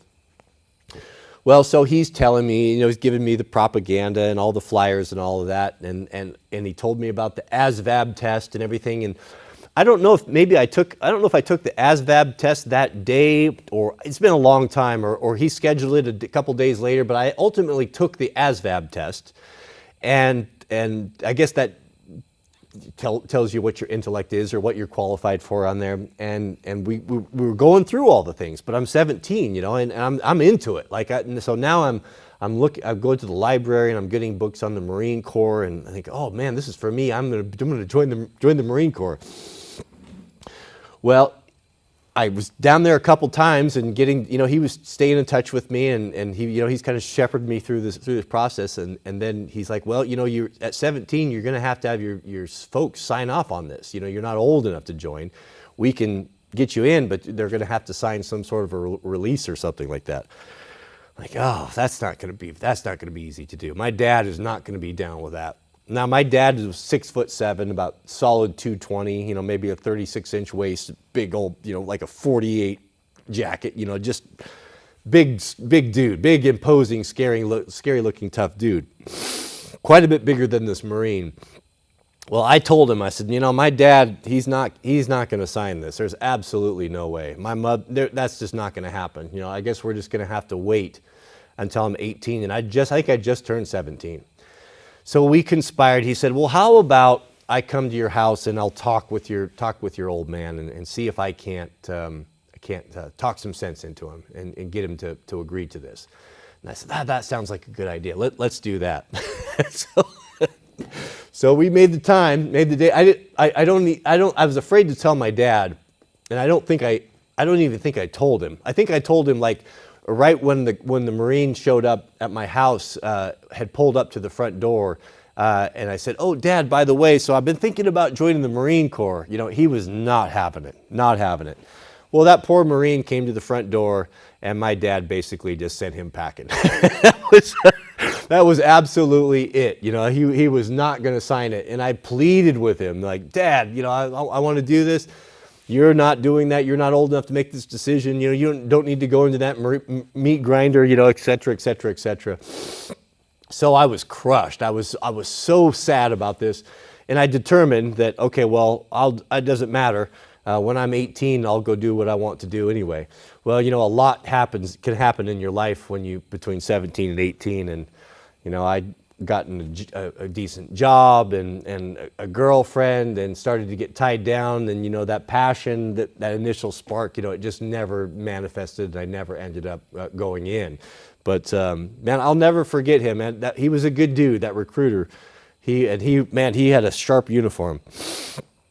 My life would have been quite different. I like to think about that. Yeah, I always have a regret of not going in then a little bit, and I found myself, you know, trying to compensate for that. You know, where you feel that need, where you want to do that, you want to work with men in a common struggle. That's what ultimately drew me into the fire department, and I found a substitute for that in the wildland firefighting. You know, that same brotherhood. You know, it's not necessarily to compare fighting fire with combat. Obviously, you know, there's nothing like I can imagine like combat. I couldn't even imagine. But it's not unlike it in that the command structure is similar, and that you are definitely at risk. You put your life at risk, the same as someone would in a combat situation. In multiple times, we put ourselves in harm's way where we could have easily been overcome and killed. So I don't want to compare it to combat, but it's not unlike it. We have a super chat, but shout out to you, man. Good 14-minute cold shower, John. Good for you, man. You're shaming us.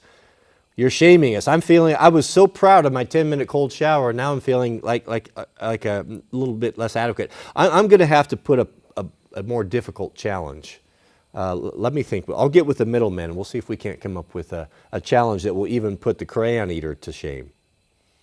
Good luck with that, huh? We have a super chat from Screamy Foyuba. Did I pronounce that right? Unsatisfied with the glove talk.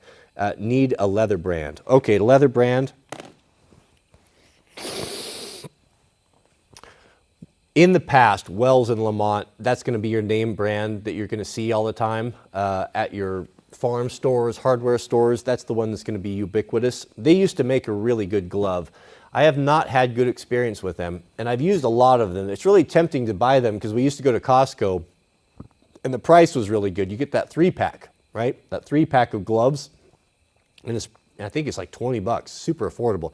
Whereas you go and get basically the same gloves at the hardware store, and it's about $12, $14 for one pair. So I've bought a lot of those, and we've had those around the house forever.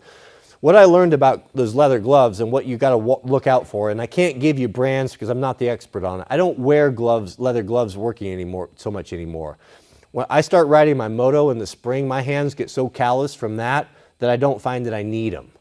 So I rarely use them except for welding. What you got to watch out for with those gloves, so they cheat you. What they do is when they get the hides to punch out these leather gloves, like this is what the manufacturers, the cheap ones do, is that they wet down the hide and they stretch them out. They stretch it out, so they pull it tight. Well, then they stamp the glove patterns out, they stitch them all together, and that's fine. They hold that position. Well, until they get wet. If you ever wonder why the gloves that you buy, the cheap gloves you buy, when they get wet and you throw them down in the truck or you put them on the defroster, you try to put them back on, they won't even fit anymore, they're a size smaller. That's the reason, because the leather goes back to its natural position of where it's supposed to be before they stretched it. It's basically they're just skimming off the top. They're trying to make the leather go further, and you pay the price for it, in that now you've got to put these stiff, dried up gloves on and you re-stretch them out again, and they're uncomfortable, give you blisters and all that. So that's the problem with those cheap gloves. Now, I have not noticed is it the Kinco? What's the brand we were talking about? It starts with a K. Kinco or something like that. I have a couple pair of those, and they have not shrunk up near as bad as the Wells and Lamont gloves do. So I don't know what to tell you. I don't know. Everything's getting outsourced, and all of these, what were these once wonderful U.S.-made gloves and U.S.-made brands have now been sold off, and they're being farmed by these investment companies. Their good name, and they're just producing garbage now. So I guess if I was going to look for gloves, look for that, and ask the company. Go on their website, and they might even tell you, how they do it and such. What's the welding gloves? I've had really good luck with the gloves sold at the welding companies. They start with a T. Timney? Tim something? The welding gloves hold up really well. And I've had those. I've got some of the ones with the gauntlets. Oh, what's the name of that company? Someone throw that up in the chat. What's the name of or maybe it starts with a Holman? I can't remember. Go to your welding shop. They're expensive. A lot of them are made out of goat skin. Goat skin holds up really well. Really good. Those welding gloves are really, really good if you're doing you need fine motor skills. If you're working with detail stuff, assembling different things, if you need to protect your hands. The leather's thin, and man, they just wear like iron. It's astonishing how much difference there are in the gloves. If you buy those cheap Wells and Lamont gloves from Costco, and you work in those things, if I'm working and using my hands and digging, pipe, just hard work, gardening and that sort of thing around the house in the summertime, like all the stuff you do, those gloves will only last me about a week. Tillman, that's what I'm saying. The Tillman gloves that I have two or three pair in the cabinet that I've had for probably 7 or 8 years, and they're just now starting to, haven't even worn through, they're just, some of the seams are coming apart. The Tillman gloves are excellent. That's what I would recommend. If I, just off the top of my head, not knowing all the brands, the ones that I really, really like and that hold up the best for leather gloves are the Tillmans. Yeah. And they make gloves for electrical guys and linemen, and those guys work out in a tough environment too. So I'd probably recommend that. But the problem, the stretched leather, that's the problem.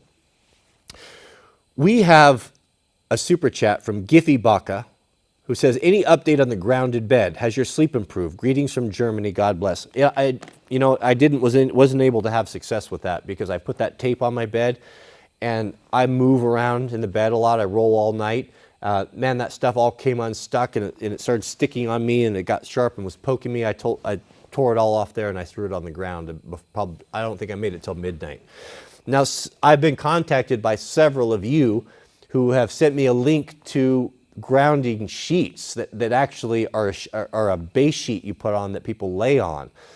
And that might be a good option, and everyone's swearing by it. They're like, man, I had chronic pain, it's helped with that, I'm sleeping better. Whether or not that's placebo, it's hard to say. But tell me, if placebo works, is it not worth doing? When they do tests, medical tests, and this is known, this is documented, 50% of the cases of placebo, they have the same effect as the medicine that they're trying to test or introduce to people. And what that tells you is the power of the mind to heal itself or to correct itself is tremendous. It's everything. And we just need to learn how to harness that. I think we can get to the point, and that's what I'm starting to feel with the Wim Hof. I'm going through the Wim Hof 10-week program.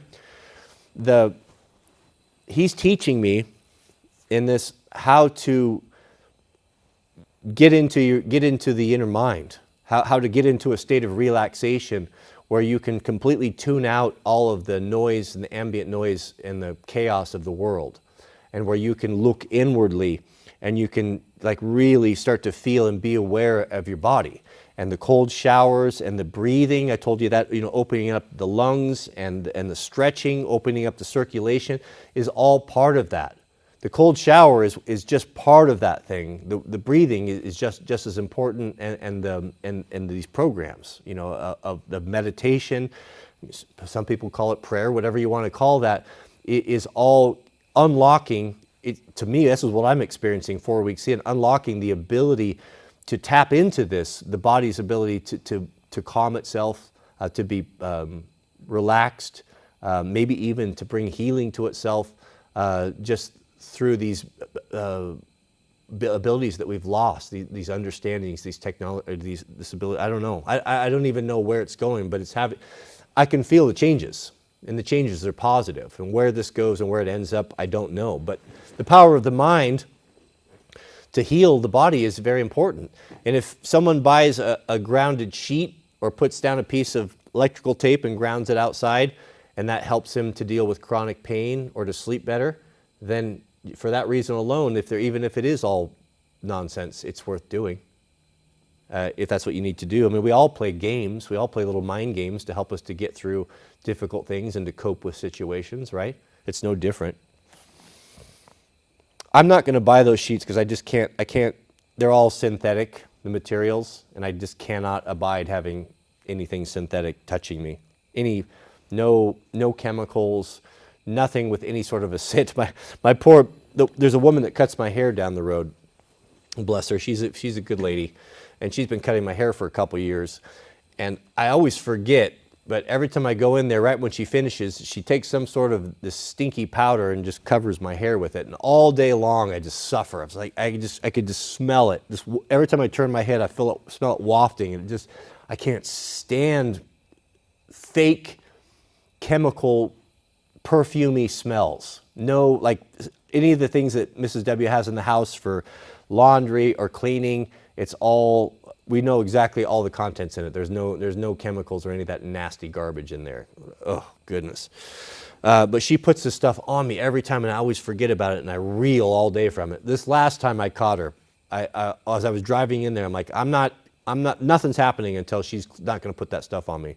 So I sat down in her chair, and she came up, and I put up my hand. I said, do not put any of that, whatever that stuff in that smells on my hair. Oh, okay. Just water then? Just water then. So that's that. So I can't abide the synthetic grounding sheets. That's not going to happen. We have a super chat from Andrew Collins. Shout out to you, Andrew. Andrew says, afternoon, Cody. What are you actively learning these days? They say the day you stop learning is the day you start leaving. Interesting to know if you have any pursuits. Thank you for years of content. What am I learning these days? You know, I've really been getting into what I've been learning of late or spending time on is end time prophecy and what the good book, as well as other books that are coming about that I believe may be inspired, are saying about what's going to take place in the end times. I see things changing and the world changing, and I want to know, are these things or signs of the times of the second coming of Christ? The drying up the Euphrates, we talked about that the other day. The feminist movement of women getting to the point where they say, we don't no longer have need of any men. We're strong and independent. All these things are foretold of the end times. And I've read them, and when you see them taking place in society and see them taking place in your workplace and how everything is changing and the relationship between people, it's making me want to go back and to revisit these things. And it's remarkable how these prophecies are coming true. And that's the difference. That's the real difference between the Christian book, the Christian Bible, the 66, in that it makes it different than all the other ones, is that we have prophecy. Prophecy foretelling what's going to take place in the end times. Now, no man knows the time or the hour. We know that, right? But we know the sign of the times. We know things that are taking place. So what I've been interested more than anything else, fiction and books that I've really read in the past, I'm looking for things like that. One of the books that I've recommended to the Pro members and such is the Return of the Gods book. I'll pull up here. And that's one that I finished it myself, and I was so impressed with it that Mrs. W and I are going back through it right now. But if you want to have your eyes opened, I want to get the name of it here. Open up my library. There it is. Began driving God out of there he his is. life. If you want to have your eyes opened to how the adversary is, how Christianity, the Christianity of the West has been subverted, is being replaced by the old religions. the Baals and the Ashtoreths and stuff, all of the idols and the false gods that are spoken of so prominently in the Old Testament, that we think, how foolish, there's no way that I would bow down to a false idol. There's no way that I would make the mistakes that the children of Israel did that tore them away from the real God. We're modern, sophisticated people. Well, this book is very important and is divinely inspired, in my opinion, and it's The Return of the Gods by Jonathan Cahn. Cahn is spelled C-A-H-N. Return of the Gods by Jonathan Cahn. I would highly, highly recommend that you get this. Get it on Audible. Get it at the library. If you don't have the money for Audible, you can download the Overdrive app from the App Store. With your library card, you can go and you can get audiobooks for free. So there's no excuse not to read it. But he brilliantly lays out how the West is being subverted by these old gods, and how the places that they're taking in power, and how many people are being deceived, and it's prophetic. It's prophetic in my mind. So that's been very interesting to me as well. So where I'm finding my time being spent on, to answer your question on how am I educating myself, how am I enlightening myself, it's two things. It is Wim Hof is opened my eyes to the ability that I have to control my body, my consciousness, my state of relaxation, even to some extent maybe my ability to heal my own body, to keep myself warm in cold environments, to be able to go and survive cold showers, that sort of thing. Like, it's opening my eyes of how powerful we are, and how we've just have been, all that knowledge has been lost, and we don't even know how powerful we are and what God has in store for us. I think all of this knowledge and these men, Wim Hof and this Jonathan Cahn, for example, are two prime examples of an awakening or a knowledge that God is bringing to his people if you're willing to accept it. It's important to me what I've realized from these two men, for example, although they may not fit in the traditional Christian mold. And I think even a few years ago, I probably would have rejected them thinking that they were heretics, but I don't see it that way. I understand that we're not sacrificing we're not compromising the teachings of God and going down chasing some Eastern philosophy or some Unitarianism or anything like that. That's not what I'm saying. But what I'm saying is that if what we've been raised with the Western church and what we've been doing for our whole life is so good and so powerful, how come there's no power in it? How come it doesn't have the power to keep us from pornography or drugs or obesity or whatever the things that we've struggled with our whole life? We've been sitting in these churches singing about there's power in the blood, but is there really any power in your life? Has it made any changes? So you have to question, well, okay, I'm not a fool. If it's not working, then maybe this is not the right path, even though this is what my dad and granddad did. Maybe they didn't have it all figured out. Maybe that the knowledge wasn't there for them to figure out. Maybe they were acting on the best information that they had. But now in these end times, it seems to me that God is raising up people to prepare his soldiers for the coming battle, which is a spiritual battle. We don't advocate violence here. The good book tells us that we struggle not against flesh and blood, but against principalities. Our struggle is against the adversary and his confederates. It's a spiritual battle that we have to go through. But if we're not physically in a condition where we can understand what's going on, that we cannot control our biology, that we can't, when presented with a temptation, if we don't have the strength to resist something like pornography or alcohol or smoking pot or whatever your problem or your vice is, then we're not going to be able to stand when real persecution comes. So I am convinced that these two men, Wim Hof and Jonathan Cahn, currently, that these ideas are somewhat inspired, even though they're coming from somewhat of a non-traditional, non-orthodox place. So I think it's important for us here now, as we're preparing for the battle, is to be sitting on the fence. As I said, sit on the fence and be open to new insights and knowledge. I mean, are you going to tell me, take the cold shower, for example. There are people that may say, oh, that's not something a Christian should do, and you're taking matters into your own hands. I don't see it that way. If you can do something as simple, as natural as that most likely is coming from God. And if that gives you energy and zeal and ability to think clear, and you can stay up a couple hours later at night, maybe that gives you an opportunity to read and search and spend time in the scriptures. Maybe who's to say that isn't from him? Who's to say that this insight that we're all becoming aware of, that I'm trying to spread to everyone, that this isn't something that is meant for you to know and for you to participate in? And by not doing it or not trying it, then you're missing out on an opportunity. The call is being made. Who will come and stand in the gap? Who will stand for righteousness? And we're going to need all the help that we can get. Although it is a spiritual battle, we know even from science that if our body is not healthy, our brain is not healthy. If you find yourself eating poor food, you can't think as well, you can't think as clearly, and you put yourself on the enemy's ground. You're more susceptible to be deceived if you're not sharp and frosty and you have good energy.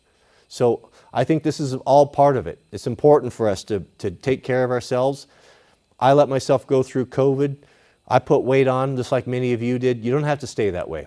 The cold showers will kickstart your metabolism. The drinking of water, getting in that habit will help you put away the energy drinks and the Gatorade and the coffee and all those things. All these things are building blocks to make us stronger and better soldiers for Christ.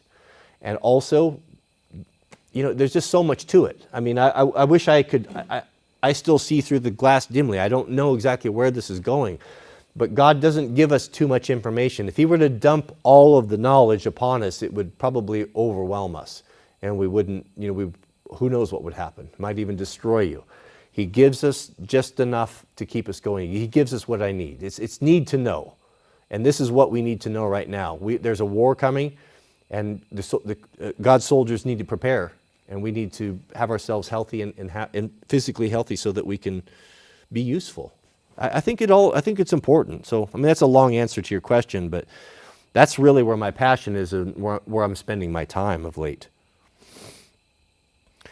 We have a super chat from John Payne. Shout out to you, John. Welcome. Goodness.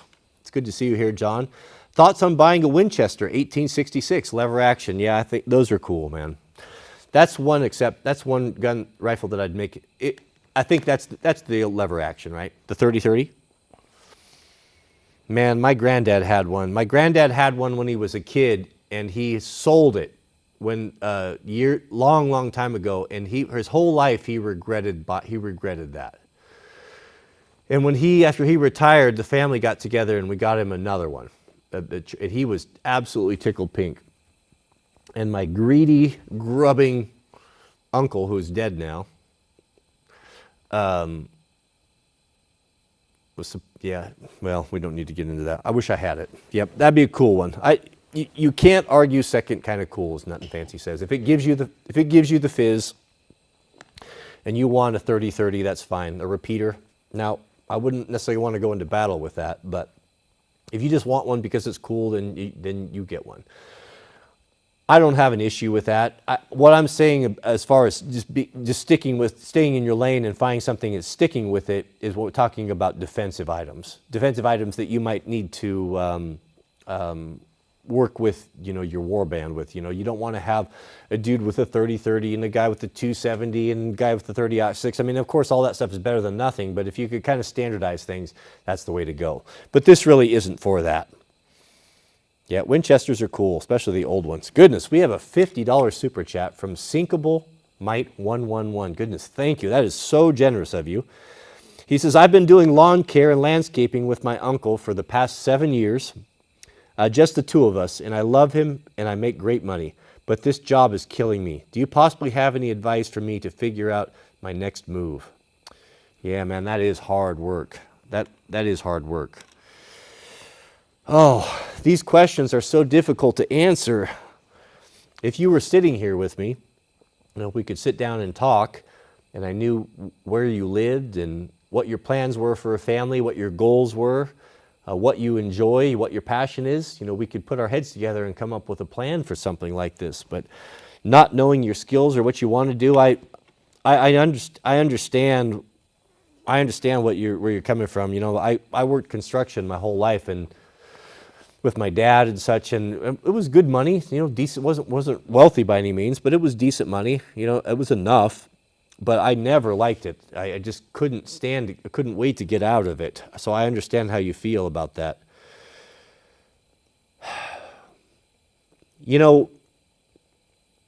If you have a skill, like if you're doing landscaping and such,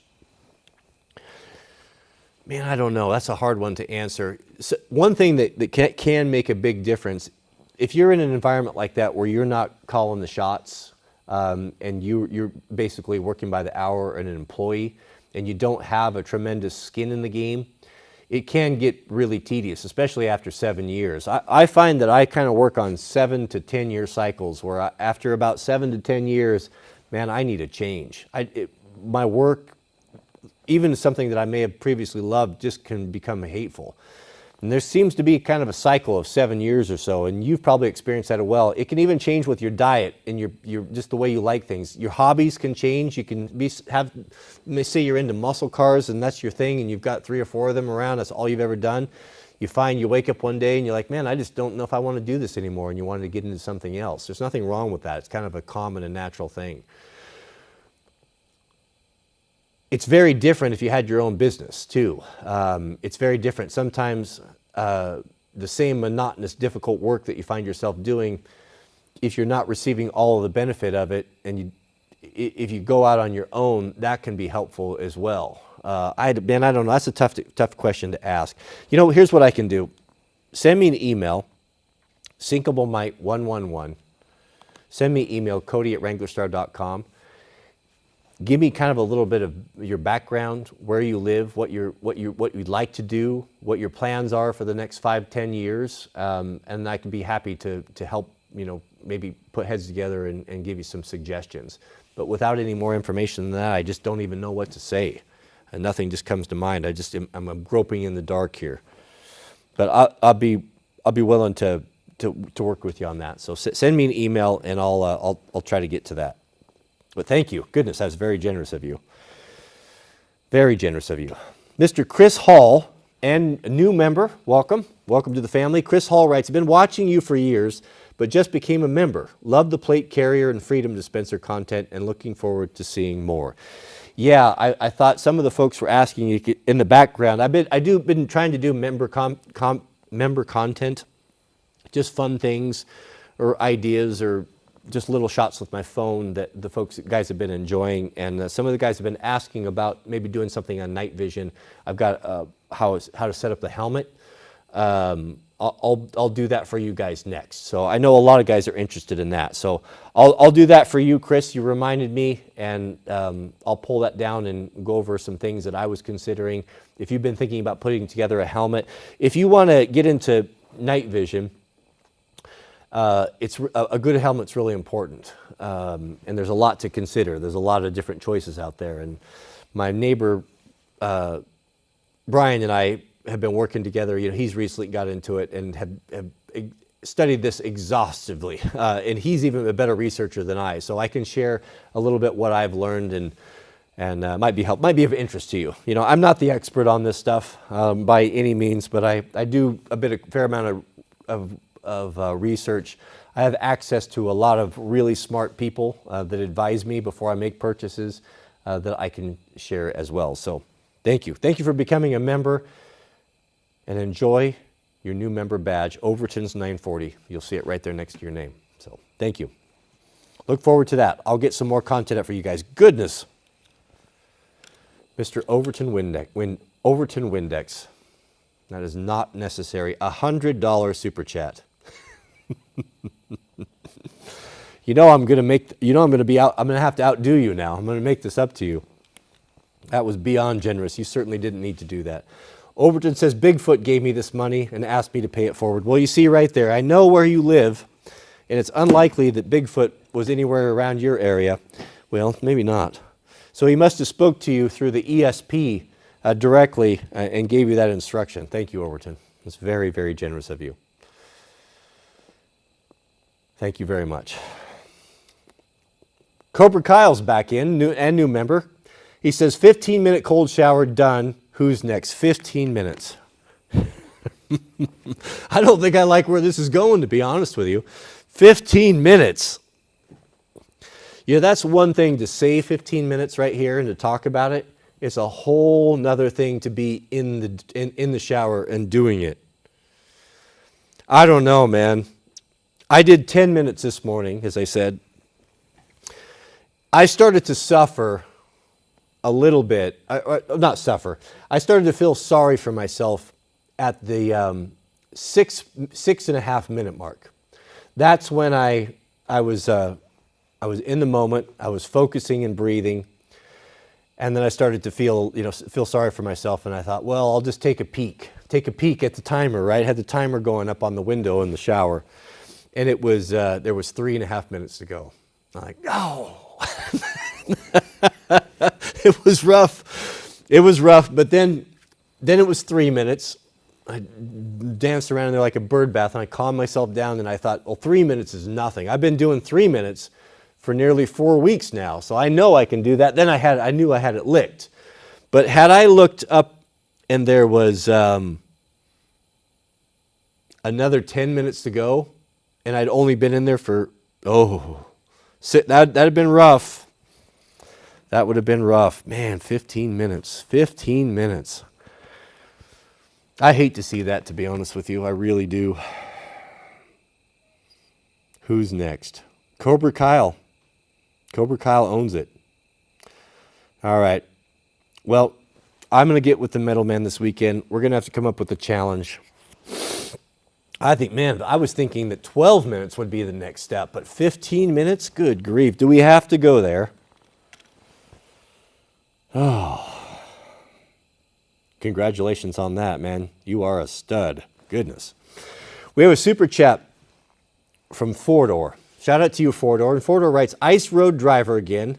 My work day is 27 hours with 4 hours of sleep. Should I put up with it for 2 months or 40,000, or should I cut back 18 to 5 for 30 grand? You know, you're ultimately going to have to make a decision, but there's a couple things to consider with this. I don't know why I keep taking my glasses off. Put them on. I get building wealth. If you have an opportunity to move upon that and to make as much money as you can because you have a goal. Maybe you want to buy a piece of land. Maybe you just want to have 50 grand in the bank, whatever it is. I get that. And if you have a situation that's temporary like that, where you can just go and hammer down and get it done and get it over with, live frugal and take advantage of it. Don't squander it. Don't wreck your body and your health, because that's what you're doing with that amount of sleep. It is losing that much sleep has an effect on you that will carry forward into your life.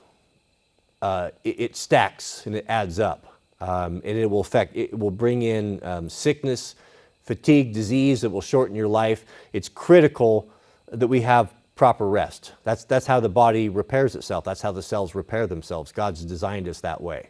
So knowing that, I understand it, but the situations times are tough right now. And if an opportunity comes up where you can get a bag and grind, if it's temporary, you may want to consider doing that. But don't squander it. Don't be receiving those big paychecks and those big chunks of money and thinking, man, I'm going to go eat out every day. I'm going to go have steak dinners, or I'm going to buy this or buy a new motorcycle. You're paying for that with your health. You're paying for that with your life force and your essence. I'm not saying you shouldn't do it. Sometimes there's a time to do that you have to do it. But just know that going into it. My biggest concern for something like that, if you're really only getting 4 hours of sleep, you're going to also run the risk of having an accident. Because that's a hard job. People think driving truck is easy. It's not easy. It's mentally exhausting. It's hard on your body. Sitting is hard. You know, when you're sitting in that chair, just the pressure that's being put on your spine, you know, the moving up and down. I don't care how good an air ride seat you have. You know, all of that pressure on your spine in a seated position is compounded 3 to 4 times of what it is if you're in more of a relaxed supine or seated position. You know, and I learned that the hard way. I suffer my whole life, the rest of my life, I'll most likely suffer from back problems and hip problems for 2 decades of jumping up and down on running equipment. It's really destructive to you, so beware of that. So all of this stuff comes at a cost. I personally, you know, knowing what I know now, if you don't have to have this money, if you can live frugally, I would take the job where you work less, and I would look after my body, take care of your body, and go about healing your body. Be taking those cold showers, be doing the Wim Hof breathing method, clean up your diet, put away the vices, put away the unhealthy food. You know, you have a lot of life ahead of you. We have a lot of work to do. And if you're all beat up and broken and can't do it, then what good are you? So I get the money. I get it. If there's a need, if you've got bills to pay off, you got student loans or something, it can be worth it. Get in there, but you are sacrificing your body and your future health for this. So just make the right decision, whatever works for you. I can't advise you more than that. But it comes at a cost. Even just because you can do it doesn't mean that you should do it. But stay safe out there. Good to see you back. Yeah, I'd work less. I'd work less and have more time. Focus on getting ready for the second life, which is the important one. We have a super chat from Benny, and to your member. Good to see you back, Benny. Benny says, love the content, knowledge, and outlook you bring to all of us. Thank you all that you do for everyone. Much love from Chicago. Yeah, thank you too. Man, I worked in Chicago. I lived in Chicago for a summer.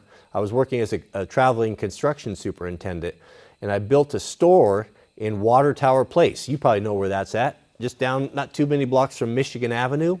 Now, I never spent a winter in Chicago, but man, I had a good time in Chicago. What a great city it was. And the food, oh, goodness. That was the first time I ever had proper deep dish pizza. Now, I was a West Coast man. I'm not about that thick, doughy, deep dish pizza. I actually gave that kind of a jaundiced eye growing up until I went to Chicago, and I had it done properly there.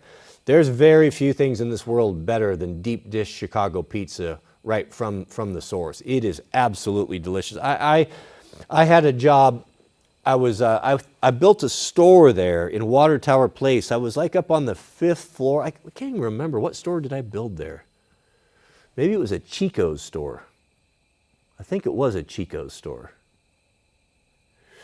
And I could take a long lunch, you know. So every day I went down there and had that. Every day I had that pizza. It was absolutely delicious. I remember when I first moved there. I was staying at my first experience with Chicago. I was staying way out in the suburbs, and at first I was driving in. I had a Lincoln Town car, a rental, huge car, bright red, kind of a maroon red.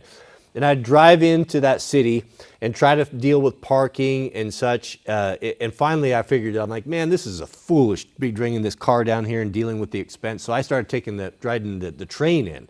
Had to take 2 trains in. And then I rode the L. The L is an elevated train they have there. And that was the way to go. So I was way out in the suburbs because my per diem wouldn't cover anything close in. It was too expensive. So I was out there. So I had about an hour train ride. So I'd ride the train ride in. And Chicago's a different place than where I grew up. So we have mass transit in Portland at TriMet. You know, and there's all sorts of nonsense that happens on there. You know, what people put up with and the bully, it's just terrible. It's just a nightmare. But man, Chicago, there was none of that. They ran a tight ship. There's a dude, I remember the first time I was on the train, had to buy a paper ticket, and I was sitting there, and here came a guy in a really smart uniform, big too, like probably 6'4", 220. I mean, just yoked. It had the uniform on, and he was the ticket taker. He was legit, man. He was not putting up with any nonsense. I watched. Someone had snuck on the train without a ticket, And he was not having it. And I'll tell you what, man, when he got to me, I had my ticket produced, and it never entered in my mind again not to have a ticket. He ran a tight ship, and there was no nonsense on the Chicago train. And I realized that Chicago is a very broad-shouldered city, and they don't put up with disrespect or any nonsense there. It was a very eye-opening experience, but I enjoyed it there. But that's because I didn't spend a winter. Shout out to Chicago and deep dish pizza, goodness. We have a super chat from Kaysen McClung. You know what's an interesting thing about Chicago as well? I was there at a time where they had an art, I don't know what was going on, but they had cows, like statues of cows.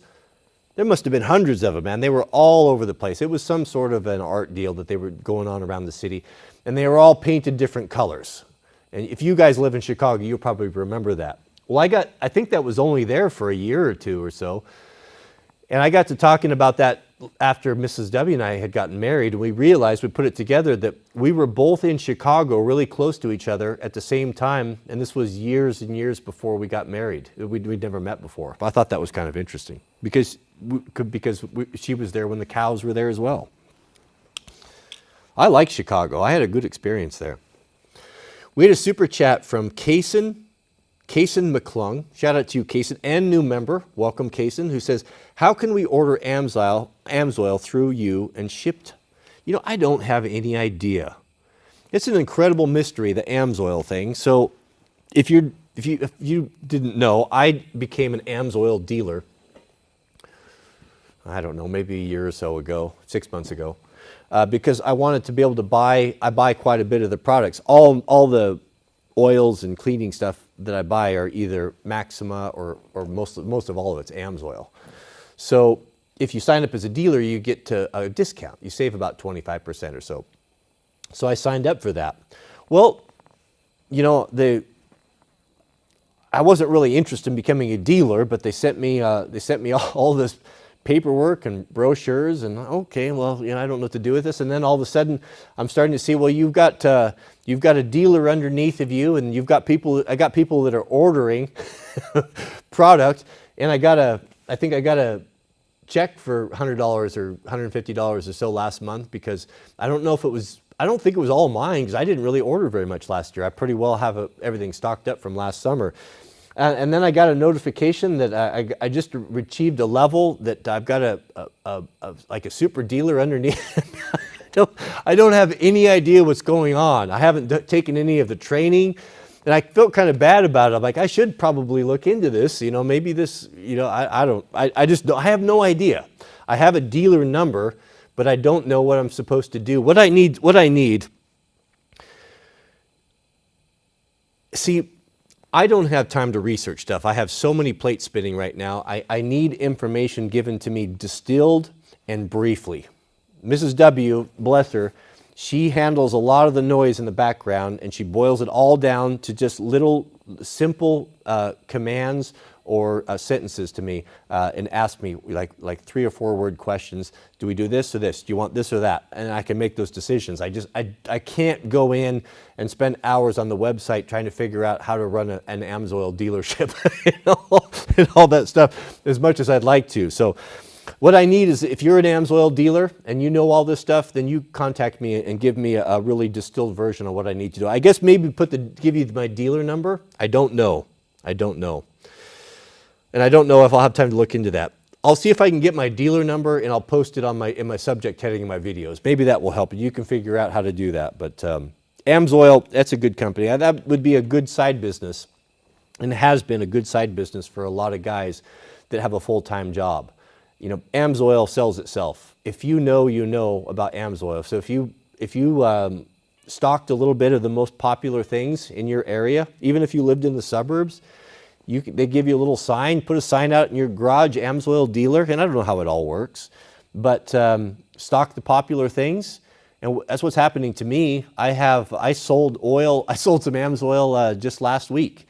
My friends, my close friends, they know how to, you know, they have key to my shop, and a lot of them don't have shops, so they'll email me, hey, can I use the shop? You know, I need to do an oil change like that, and I have a policy that absolutely, if I'm not in here and not working, you can use it. You know where the toolbox tool is and all that. And I have all the AMSOIL, I stock all the AMSOIL on the back, and I've been stocking for some of them now, the specific needs that they have.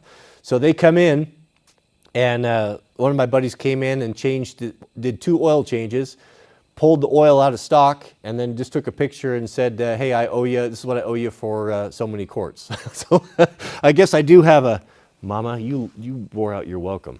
I guess I do have a mini dealership, but I'll post the dealer, I'll get the dealer number and I'll post that in the subject heading of the videos. I'll put that on there from now on. So I don't know what that means exactly, but maybe that will help.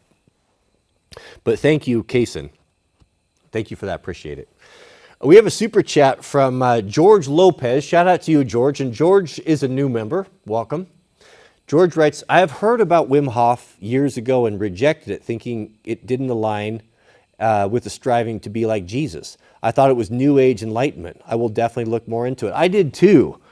You know, I did too as well.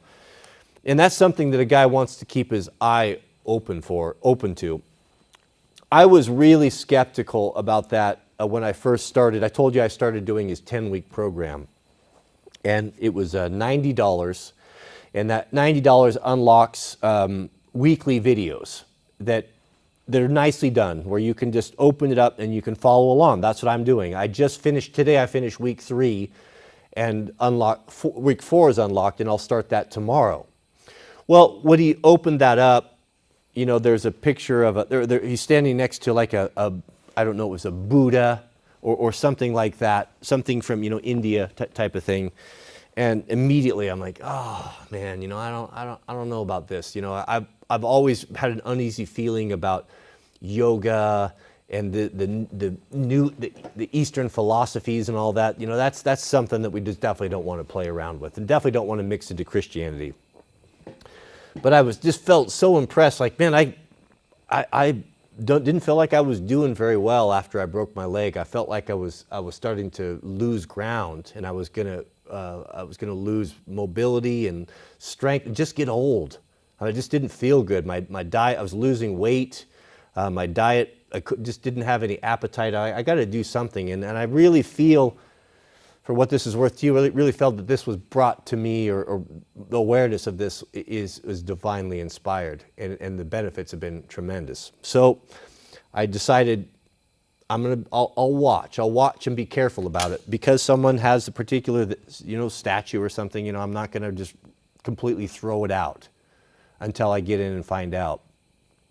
And one thing, you know, and I don't know where he stands or what his particular belief structure is.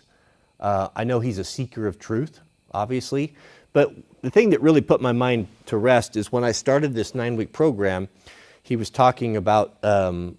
We started with some stretching. He's talking about, you know, he'll say something like, you know, some people, you know, this is used, some people say you use this as in yoga, and how these particular stretches or exercises are popular, and maybe some of the different Eastern philosophies and such.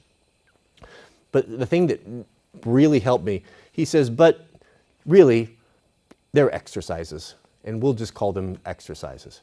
You know, and that, it was a small thing, but it was very, very subtle the way he did it, whereas no one would have been alienated.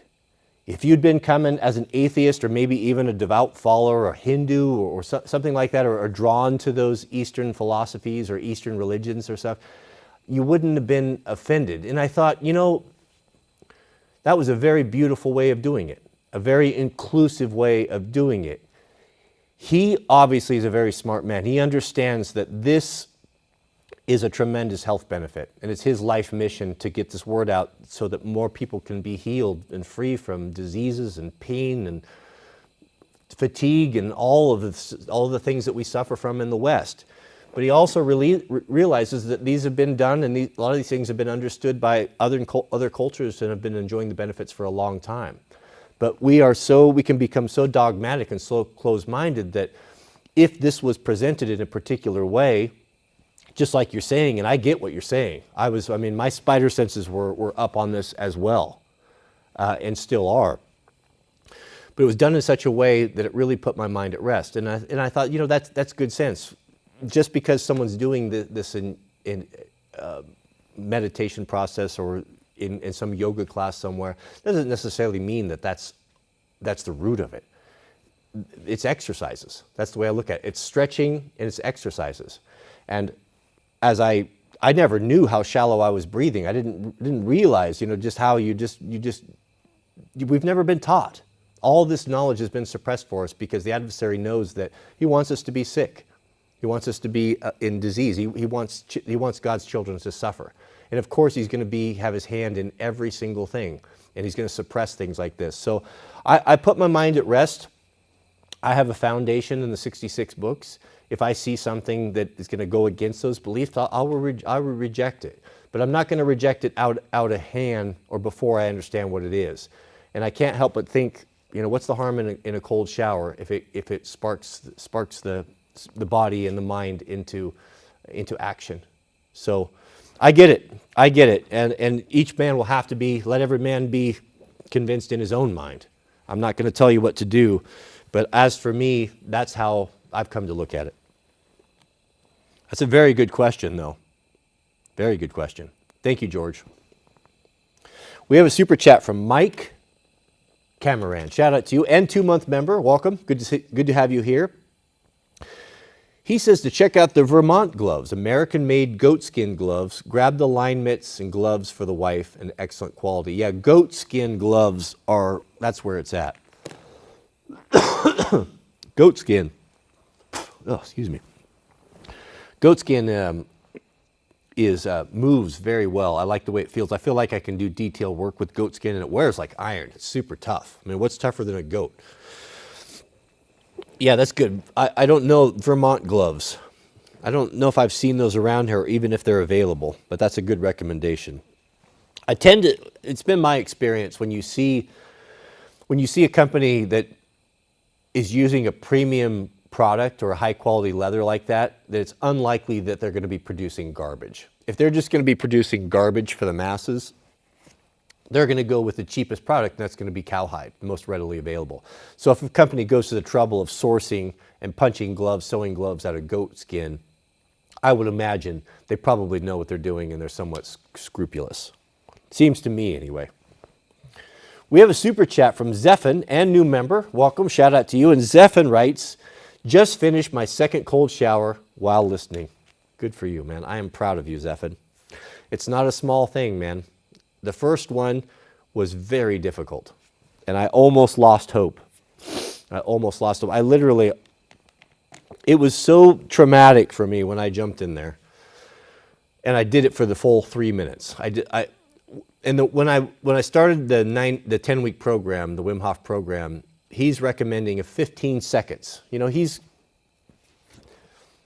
He has sense. He realizes that you can have such a bad experience with something that you quit. Like, oh, I just can't do this. If he told everyone, hey, you need to jump in there for 3 minutes, then a lot of people would I can't do it. They jump out at it after a minute, like it's just too much. This is not for me, and then it's all lost. So it's smart to do that. He says, go in, turn the shower on warm, flip it over to cold, 15 seconds, and flip it back to warm. Anyone can do that. That's approachable. And even beyond that, if that's too much for you and you're feeling weak, he says, start by putting your hand in ice, in cold water, and acclimating that. And then start by covering yourself with a cold rag. If you need to do that, you can do that as well. I just, I go to extremes with everything, so I just jumped in and did the full 3 minutes, and it was very, very difficult. I was very dismayed. I had to literally, I was praying very intensely in there, reminding God that if He brought this knowledge to me of this potential health benefit, and I believe that He did, that I reminded Him vigorously for 3 minutes that I'm doing this for you. and the implication was that I will be expecting a reward, a quid pro quo, so to speak here. I literally had to seek the help of my Heavenly Father to stay in there. It was so traumatic. And as I said, there were noises, deep guttural noises coming from deep within that I had never experienced before. It was so shocking to my system to be in there. But now it's not. But shout out to you. Day two is rough, maybe the roughest. Day 5 is where it's at. Day 5, you're gonna own it. We have a super chat from Viba Bakuis. Did I pronounce that right? Hello from the Netherlands. Welcome. Shout out to you. Love your videos. Very useful content. Thank you. And Viba, we will be visiting the Netherlands this summer. Mrs. W has got the date picked and is getting ready to do airfare. The last time we were in the Netherlands, we did an open house. It was not my idea. It was Mrs. W's idea. She said, why don't you, since you're going to be in the Netherlands, there's probably some people in the Netherlands that we could get together and hang out. And I'm like, there's not going to be anyone from the Netherlands that is going to want to have a hangout, a meet and greet. So I think that may be so. So I announced it. We picked a park that was not too far from Mrs. W's house. And I was shocked how many people, there were a whole bunch of really good people showed up. There were even people that came from as far as Germany, and we had the nicest day. We had an excellent time. I was absolutely shocked. So the Netherlands is beautiful. It's super dense. There's a lot of people there, but Amsterdam is a beautiful city. And they have gorgeous parks. And the Dutch people are very, they're very active, they're, especially on the weekends. I mean, the parks are full of people. There's people rowing in the canals. It has a really great vibe. They have great parks and facilities for kids. It's a fun place to visit. We've always had a very good time there. So every day we would go down to the park and lay out a blanket and just hang out. It was summertime. It was beautiful. We met so many nice people, just random people. I was really surprised on how many subscribers that I met that just came up and started talking to us when we were there. And how many people showed up for the open house. We had a really good time. So Mrs. W, we had a business meeting this morning. She said, why don't we do that again? So we're going to try to put something like that together. It won't be anything fancy. Just maybe we'll figure out where we're going to stay and get together and do something like that. We had such a good time last time and met some really cool people, especially the Germans that came down. That meant a lot to us. We have a super chat from Kirk Wagner. Member for 4 years. 4 years, that's an OG. Welcome, good to see you here. He said, you said you wear linen. What kind do you buy? I don't wear a lot of linen. I have the linen shirts that I wear. That's what I wear when it's really, really hot. And typically it's going to be if we need to go inside, go out to eat or something where you need to dress up a little bit, have a collared shirt. I don't think I have a particular brand of linen. I don't even know if there are tags on it. Some of the stuff I have is older. I have a couple linen shirts that I wear. But primarily, what I wear is going to be cotton in the summertime. Cotton. Way more than linen. I have a lot more cotton than linen. Also, I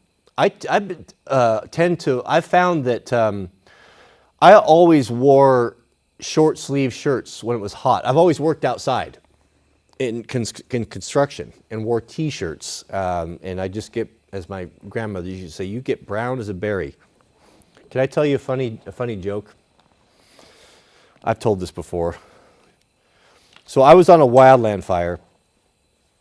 And when I'm on wildland fire, when I used to be on them for 2 weeks or so, outside working in the sun, just beating down on you, really intense, I get dark.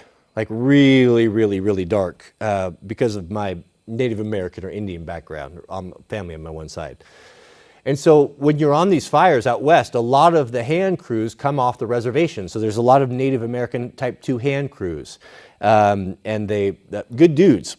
And so after about a week or so in the sun, they're a pretty tight group. We eat in a common area, and when you're off on the fire and you kind of standing in line in the showers and you're talking to people and stuff, they always come up to me and ask me what tribe I'm from.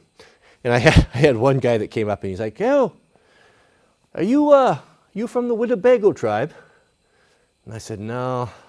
He's like, "Well, "You look like my brother. Are you sure you're not from the Winnebago tribe?" "No, I'm not from the Winnebago tribe." So this was a common thing, right?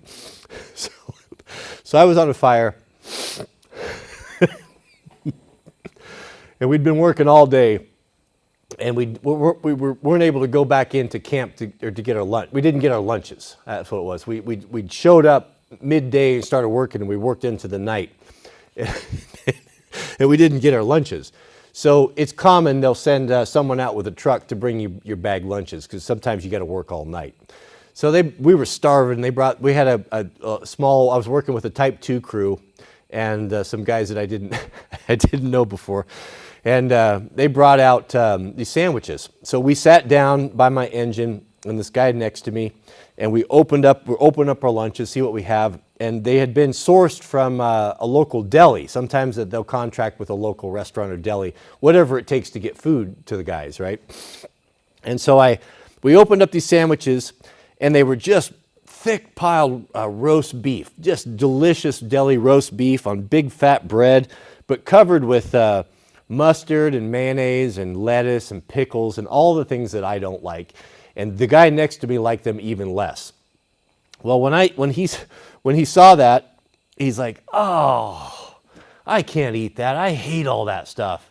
And he was so bummed, so he's hungry. So he set it down, and he started eating the other stuff, like the cookies and the chips. And I looked at that, and I said, "Well, if you're not going to eat that sandwich, you mind if I have it?" He's like, "Nah, you can have it. I don't want all that stuff. I can't eat a sandwich like that." Well, I don't like that stuff either, you know. I'm a meat eater. It came off the plains, Cherokees, right? So I'm sitting next to him, and I take his sandwich, and I sit it down there, and I'm hungry, man. I eat a horse at this point. Take the bread off. I scraped off all that stuff. Fortunately, they had put the lettuce on first, so all of the mustard and the mayonnaise and the pickle juice and all that didn't contaminate that delicious deli roast beef. And I scraped that stuff right off and just flopped that big old thick thing. I basically made myself a delicious roast beef sandwich that was uncontaminated, right, with the cheese. He watched me do this, and I'm grubbing on this thing, right? And I just watched this a life drain out of him, like he was just reviling himself because he hadn't thought of this. And I had his sandwich, and I'm about to eat his and mine, right? I just about to get through mine, and he finally got up the courage to ask me the question, right? Well, before that, I overheard him talking. He thought that I was part of the Indian crew there because I was so dark. So I'm just finishing up the sandwich. He finally looks over at me, and he's like, "Man, would you mind if I had that sandwich back?" And I looked at him, and I picked it up, and I handed it to him, and I said, "You're welcome to have it back." I said, "My people are used to this." And he took the sandwich, and he's looking at it, and he's looking at me, and he's looking back, and he said, "Are you calling me an Indian giver?"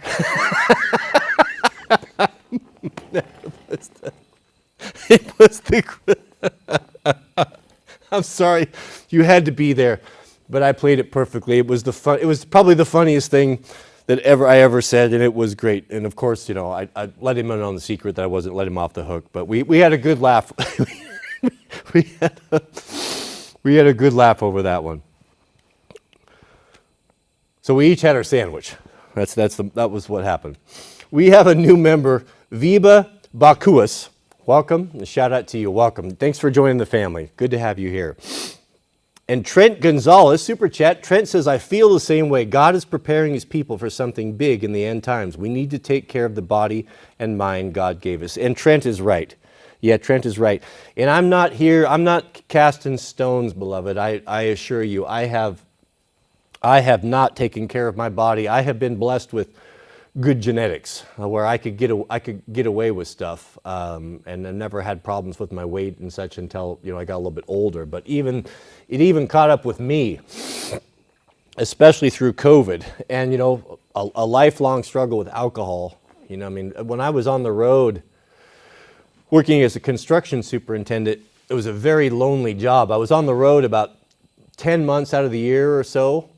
And I would fly into the city, a big city, Chicago, Las Vegas, Detroit, and I would build high-end retail stores. I was in charge of that. I was a superintendent.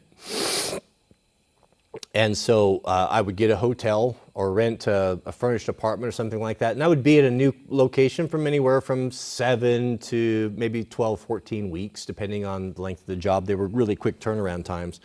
Well, when you fly into a town like that, you don't know anyone. And you don't really have anything to do. And it's hard to put yourself out there, you know, especially as men. And so I'd mostly just spend time in my room on my computer or watching TV or whatever. And I would, every night, I mean, I would stop, I would go find the liquor store, I'd go to the liquor store and I'd buy a bottle of Johnny Walker Black. Buy a fifth of Johnny Walker Black, and I would drink one of those about every other night. Half a fifth a night until you know, drink yourself to sleep. And I did that for years, you know, you get in that habit of doing that. And after work, drinking beer with the guys, you know, drink half case of beer after work with the guys. I mean, that was just common, it was just the culture. So this was what we did. And that, man, those habits are hard to break, and just imagine what that does to your body after so much time. So I've flirted with that. Once I met Mrs. W, I cut all that off. I didn't drink for years. Probably the first, I don't know, many years. When Jack was growing up, I think we didn't drink apart from maybe just socially a little bit of wine once in a while. But then, you know, through COVID, and I really was, you know, just kind of off and on, where I'd have, you know, drink too much and then I'd step away from it and just get away from it. But it was always dogging me, you know, always there, just hounding me all the time.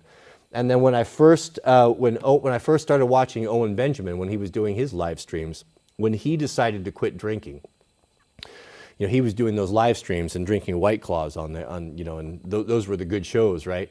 Well, he decided to stop drinking, and I did at the same time. I did video on this. This was the last place, and I quit for almost a year, I think it was, and had really kind of decided, yeah, I think I'll just give this up. And I remember how I started again. It was at a brew pub after skiing.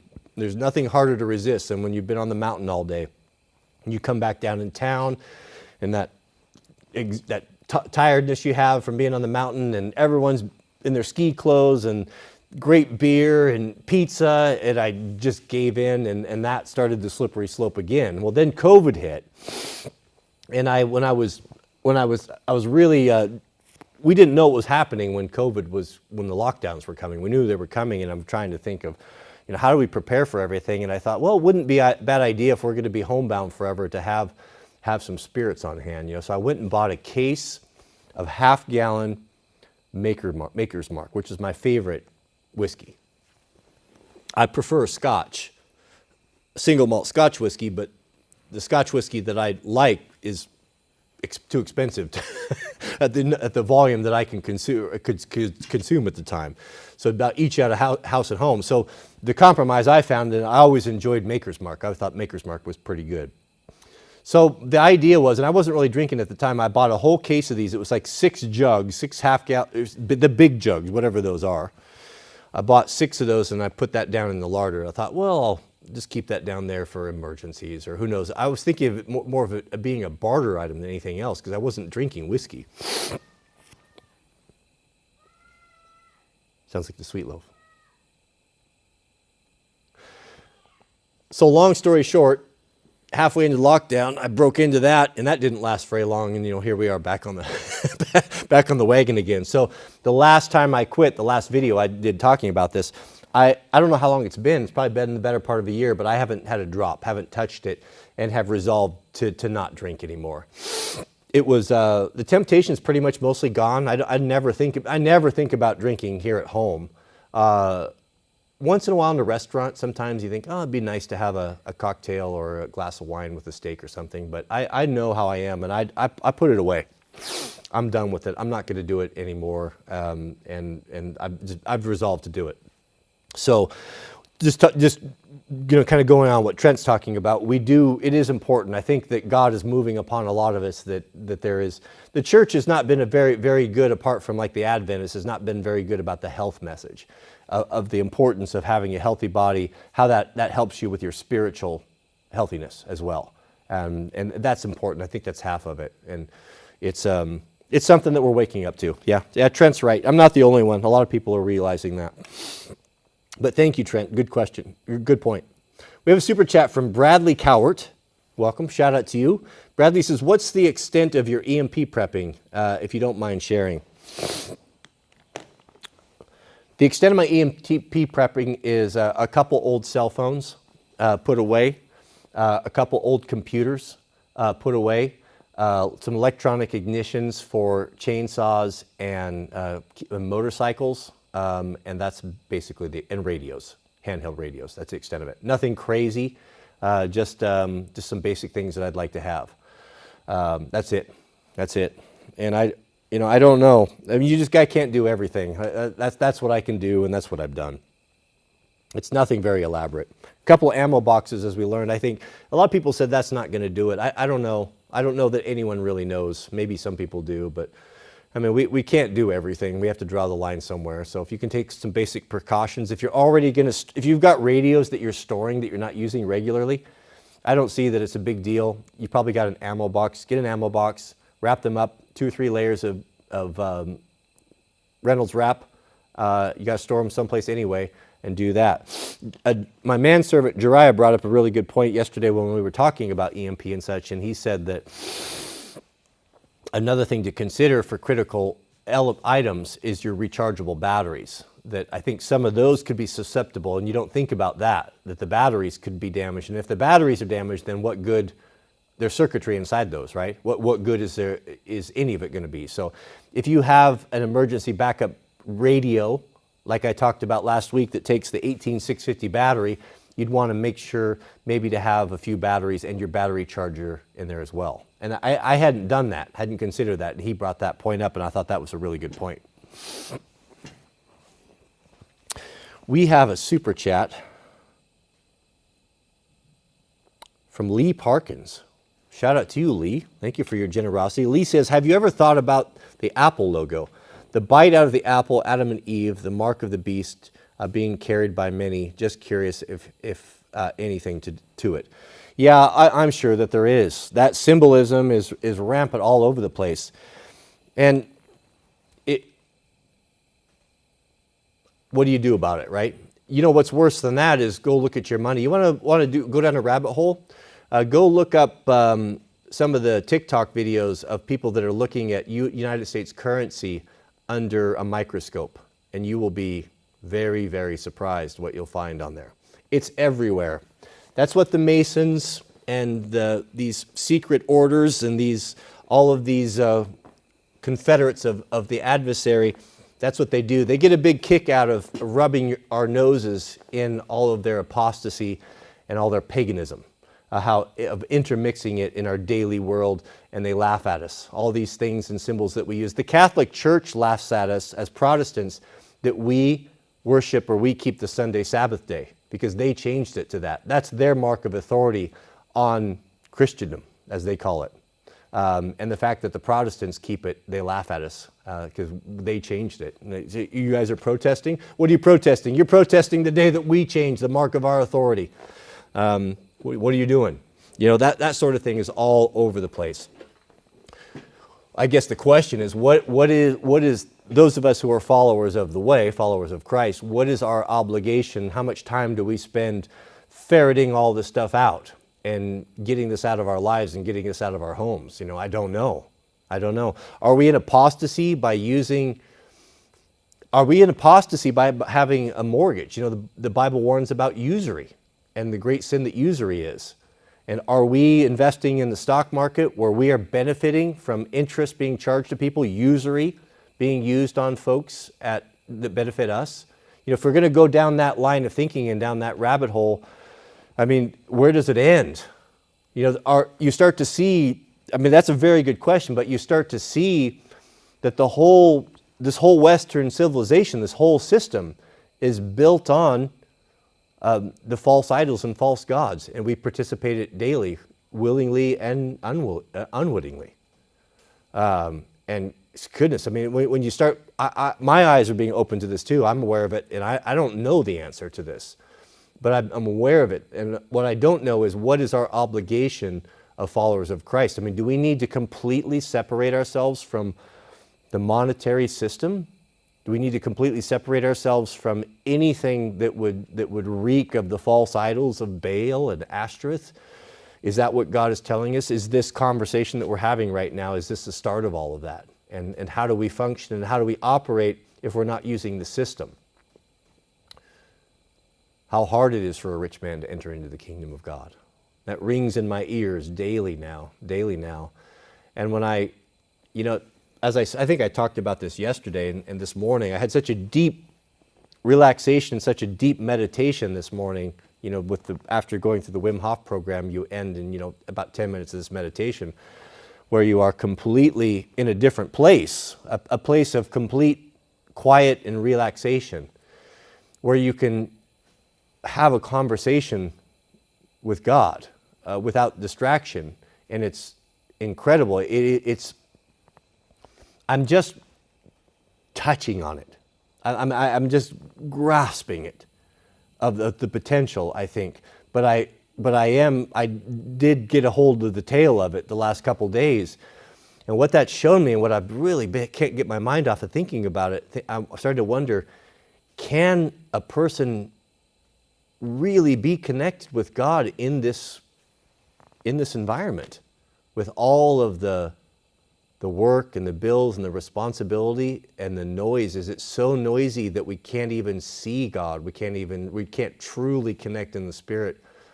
When you start to grasp the potential, the possibility of being able to get yourself in a state of peace and quiet, where you're able to tone out the computer, the email, the everything, and just exist in this quiet state of quietness, even though, as I said, just grasping it, you start to realize why it was that our Savior went 40 days in the wilderness. Before he was to be tempted. He needed to go through boot camp. He needed to prepare himself for the greatest temptation that was ever put upon a man, which were the 3 temptations from the adversary. And how did he prepare himself for this great temptation, this impossible task? He went alone in the wilderness, where he could be quiet and at perfect peace by himself without any input. Is that a lesson to us? Do we need to forsake? What do we need to forsake? Or do we need to forsake it? Is it something that we do now? Do we just run off and go live in the forest and forsake everything? Or is this something that is going to be brought upon us slowly? Just like the cold shower, do we start with the 15 seconds and then the 1 minute and then the 3 and the 10 and the 15? Because if you had to start with the 15, you wouldn't be able to do it. And for us to forsake everything that we've ever known, and the system of money and houses and jobs and responsibilities, and to go cold turkey on that, that's asking a lot. Who could do that? Not very many. But is that where we're moving? Will we be forced to do that when the persecution of the church comes? It could be. So I think the untangling process is what we're going through right now. That real strong desire that I've had to minimize and to simplify life is getting to that point, I think, ultimately, where we can get to a point where we can have fewer things, there's less troubles, there's less things to worry about, and we can have more time to be at peace with ourselves, be at peace with our God, and have just a quietness in the Spirit.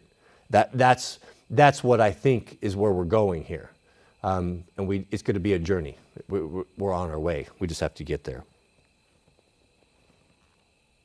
We have a super chat from Catherine. Welcome, Catherine. We don't have a lot of our female friends here. It's good to see you here. Catherine says, haven't been consistent this week, but I just did 5 minutes of cold. Previous time was 30 to 40 seconds. I'm shaking. Good for you, Catherine. Yeah, it's tough. I was the same way. 5 of the showers that I've taken in the last 4 weeks, I came out shivering. The first time was uncontrollable. The first 3 days, and I think about the fourth or fifth day or so, I got it under control, which I quit doing it, no longer did it. Yesterday, I was really cold at the 5 or 6 minute shower. I got pretty cold in that, and then today I was not as bad, but I had a few shivers, but I was able to calm myself. When I started shivering and getting tense, it started to get worse. That's when I stopped breathing. I started holding my breath in that long shower today. I was aware of what I was doing, calmed myself, Deep breaths, turning around, focusing on my skin, focusing on being in the moment, and it all went away. And I was able to get control of it. But that's normal, I think. That's what happened to me as well. But good for you, Catherine. I'm proud of you. Good girl. We have a super chat from Brian M. Good to see you back, Brian. Mr. Brian says, looking at the raging fire, great day today. Let's start again. Look at the raging fire. Great day today. Golf, good weather, and long live stream. It is a long, good. We go 3 hours here? That's a first. Well, if you guys are going to be here supporting, I'll be here as well. We're all in this together. I really appreciate it. Yeah, well, there's not much of a fire there anymore. We lost one of our Sterlings. That's plenty warm in here. My toe's not frozen, so that's a good sign. Thank you, Brian. Thank you for always being here. It's good to see you. And 1-year member. Let's not forget that. And Overton. Goodness, Overton. You're going to start this where we'll have to start trying to outdo each other here. This is not going to end well for you.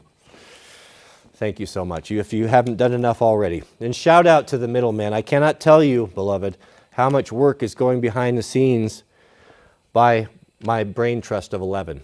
We have 11 extraordinary men. Mrs. W and I we've had opportunity to have a conference call together and interacting with the folks. God has brought 11 high-quality people, high-quality men, and their families are supporting as well. Shout out to the Overton, or to the middlemen's families as well. They're sacrificing, but a lot of time is being put into this. A lot of great things are happening because of this, because of these 11 men behind the scenes. This moderating that's being done, they're carrying a lot of the weight for very little thank you and gratitude, and I want to say shout out to you guys. They're making this possible. I really do appreciate it. And to be donating super chats above and beyond that, I'm undone. Well, I think that's a good place to stop. 3 hours, a 3-hour live stream. Who would have thought? That's what the cold shower does for you, gentlemen. I wouldn't be able to do this without that. I wouldn't be able to be here and have this energy. As we close, I would like to encourage all of you, as is my custom, to remember the Sabbath this evening. God's Sabbath is the 4th commandment. He said, remember the Sabbath, keep it holy. He set it aside. He sanctified it, and He's made it holy. He's made it to be a blessing to us, and it is a blessing. Starts at sunset this evening, when the sun goes down, and runs for 24 hours until sunset Saturday night. Not going to tell you what to do. That's between you and your God, but for us it means that's a time where we do no work. Now, if there's an emergency, we have it on good authority, on Christ Himself, that during an emergency, if it happens in the Sabbath, where let's say that there's been times on the Sabbath that we looked out or someone came to the door and they had slipped in the snow and they were stuck in the ditch in the front of my house, and ask if we could help. Now, would it be the right thing to say, well, brother, I'd love to help you, but it's the Sabbath day, you're on your own, there's nothing I can do? You know, that's not what it's about. Jesus tells us that when He was addressing this issue, when the Sadducees and the Pharisees were getting after people about working and doing things on the Sabbath, He gave the example. He goes, which one of you, you hypocrites, which one of you, who if your piece of your livestock or one of your animals fell in the pit, that you wouldn't go on the Sabbath day and lay hands on it and pull it out to save its life? And they all knew that they would have done that because it was money. They wouldn't lose money, not even on the Sabbath, right? But there they were, the religious leaders of the time, chastising Him for healing on the Sabbath. He's like, this is incredible, where you would go and you would protect your profits. You would save an animal, your livestock on the Sabbath, no problem. That's all allowed. But this son of Abraham with an ailment, with an illness, you're saying that it's not right to heal him on the Sabbath? So have some common sense about it. That's between you and your God how you do it, but it will be a great blessing for your family. God has set that day aside, He's sanctified it, and He's made it holy. If you have a particular difficulty or a particular prayer request, it always seems to me that there's extra power in prayers on the Sabbath, that God honors you if you honor him in that way. So this is going to be important. We've been lazy about it in the past. I'm guilty of it as well. But as time draws nearer, it's going to be more and more important that this is honored and kept. It's important to God, or he wouldn't have started the commandment with the word remember. It's the only one that starts with that word remember. So I would encourage you to do that. It'll be a blessing to yourself. You'll have a day to look forward to. I can't tell you if you're a worker like I am and you're always doing stuff, I can't tell you what a blessing it is when the day rolls around. Today, Friday, Mrs. W, as I came in, she said, "Oh, it's Friday. It's your favorite day." You know, it's always something to look forward to know that when the sun sets tonight, that I am free of all obligation. I won't feel guilty about all the things undone. There won't be any honey-do lists. Same for Mrs. W. We'll have a time that we can do whatever we want to do, that we can just rest and enjoy one another. We can sit with guilt-free and play with our children. It's a great blessing. It's a great blessing. I would like you guys to enjoy that as well. So do it. I'll be doing it. Keep it yourself. And when we come back here on Monday, let me know how it went. It's 3 o'clock. Sunset, what's sunset this evening? Probably around 6 or 7 or so. You have, not all of you, but most of you have an hour or 2 or 3 to get that cold shower in. 10 minutes. Our fellow crayon eaters are doing 15, so what's your excuse? 10 minutes, do the 10-minute shower. Now that's only if you've already been following along for a couple weeks. If you're just starting, don't do the 10-minute shower. That's at your 4th week, but you will have to do it at your 4th week. But I start at 3 minutes. That might be a little bit excessive. I'd probably start, depending on your condition, start with 15, man. Start with 15 seconds. No shame in that whatsoever. That's what Mrs. W is doing. She starts with 15. Get in the warm shower. Come on there, mama. Get in the warm shower, flip it over to cold, count to 15, flip it back over to warm up, and start with that. Do that for a week, and then jump up to 30 seconds. And in a month, you'll be at a minute. And once you do a minute, I think you could probably do 3 minutes. Just listen to your body, respond to your body. Don't push yourself. You don't need to push yourself where you're uncomfortable or you're in pain. That defeats the whole purpose. Everybody's body and physiology is different. Just do what you can do, but just do it and just keep moving forward. Get on the train with us. We're on the train to the kingdom, and I want you guys to all be there. All right. Well, may God bless all of you. I hope you have a blessed weekend. I'll get some fun stuff up for the members. We'll do that helmet video. I can talk for hours, as you know. We'll go into the most minute details on all of that. So, oh, the cat hair. Goodness. Keep us in your prayers. May God bless you and your families. We will be praying for you, and we'll see you guys over on the next live stream.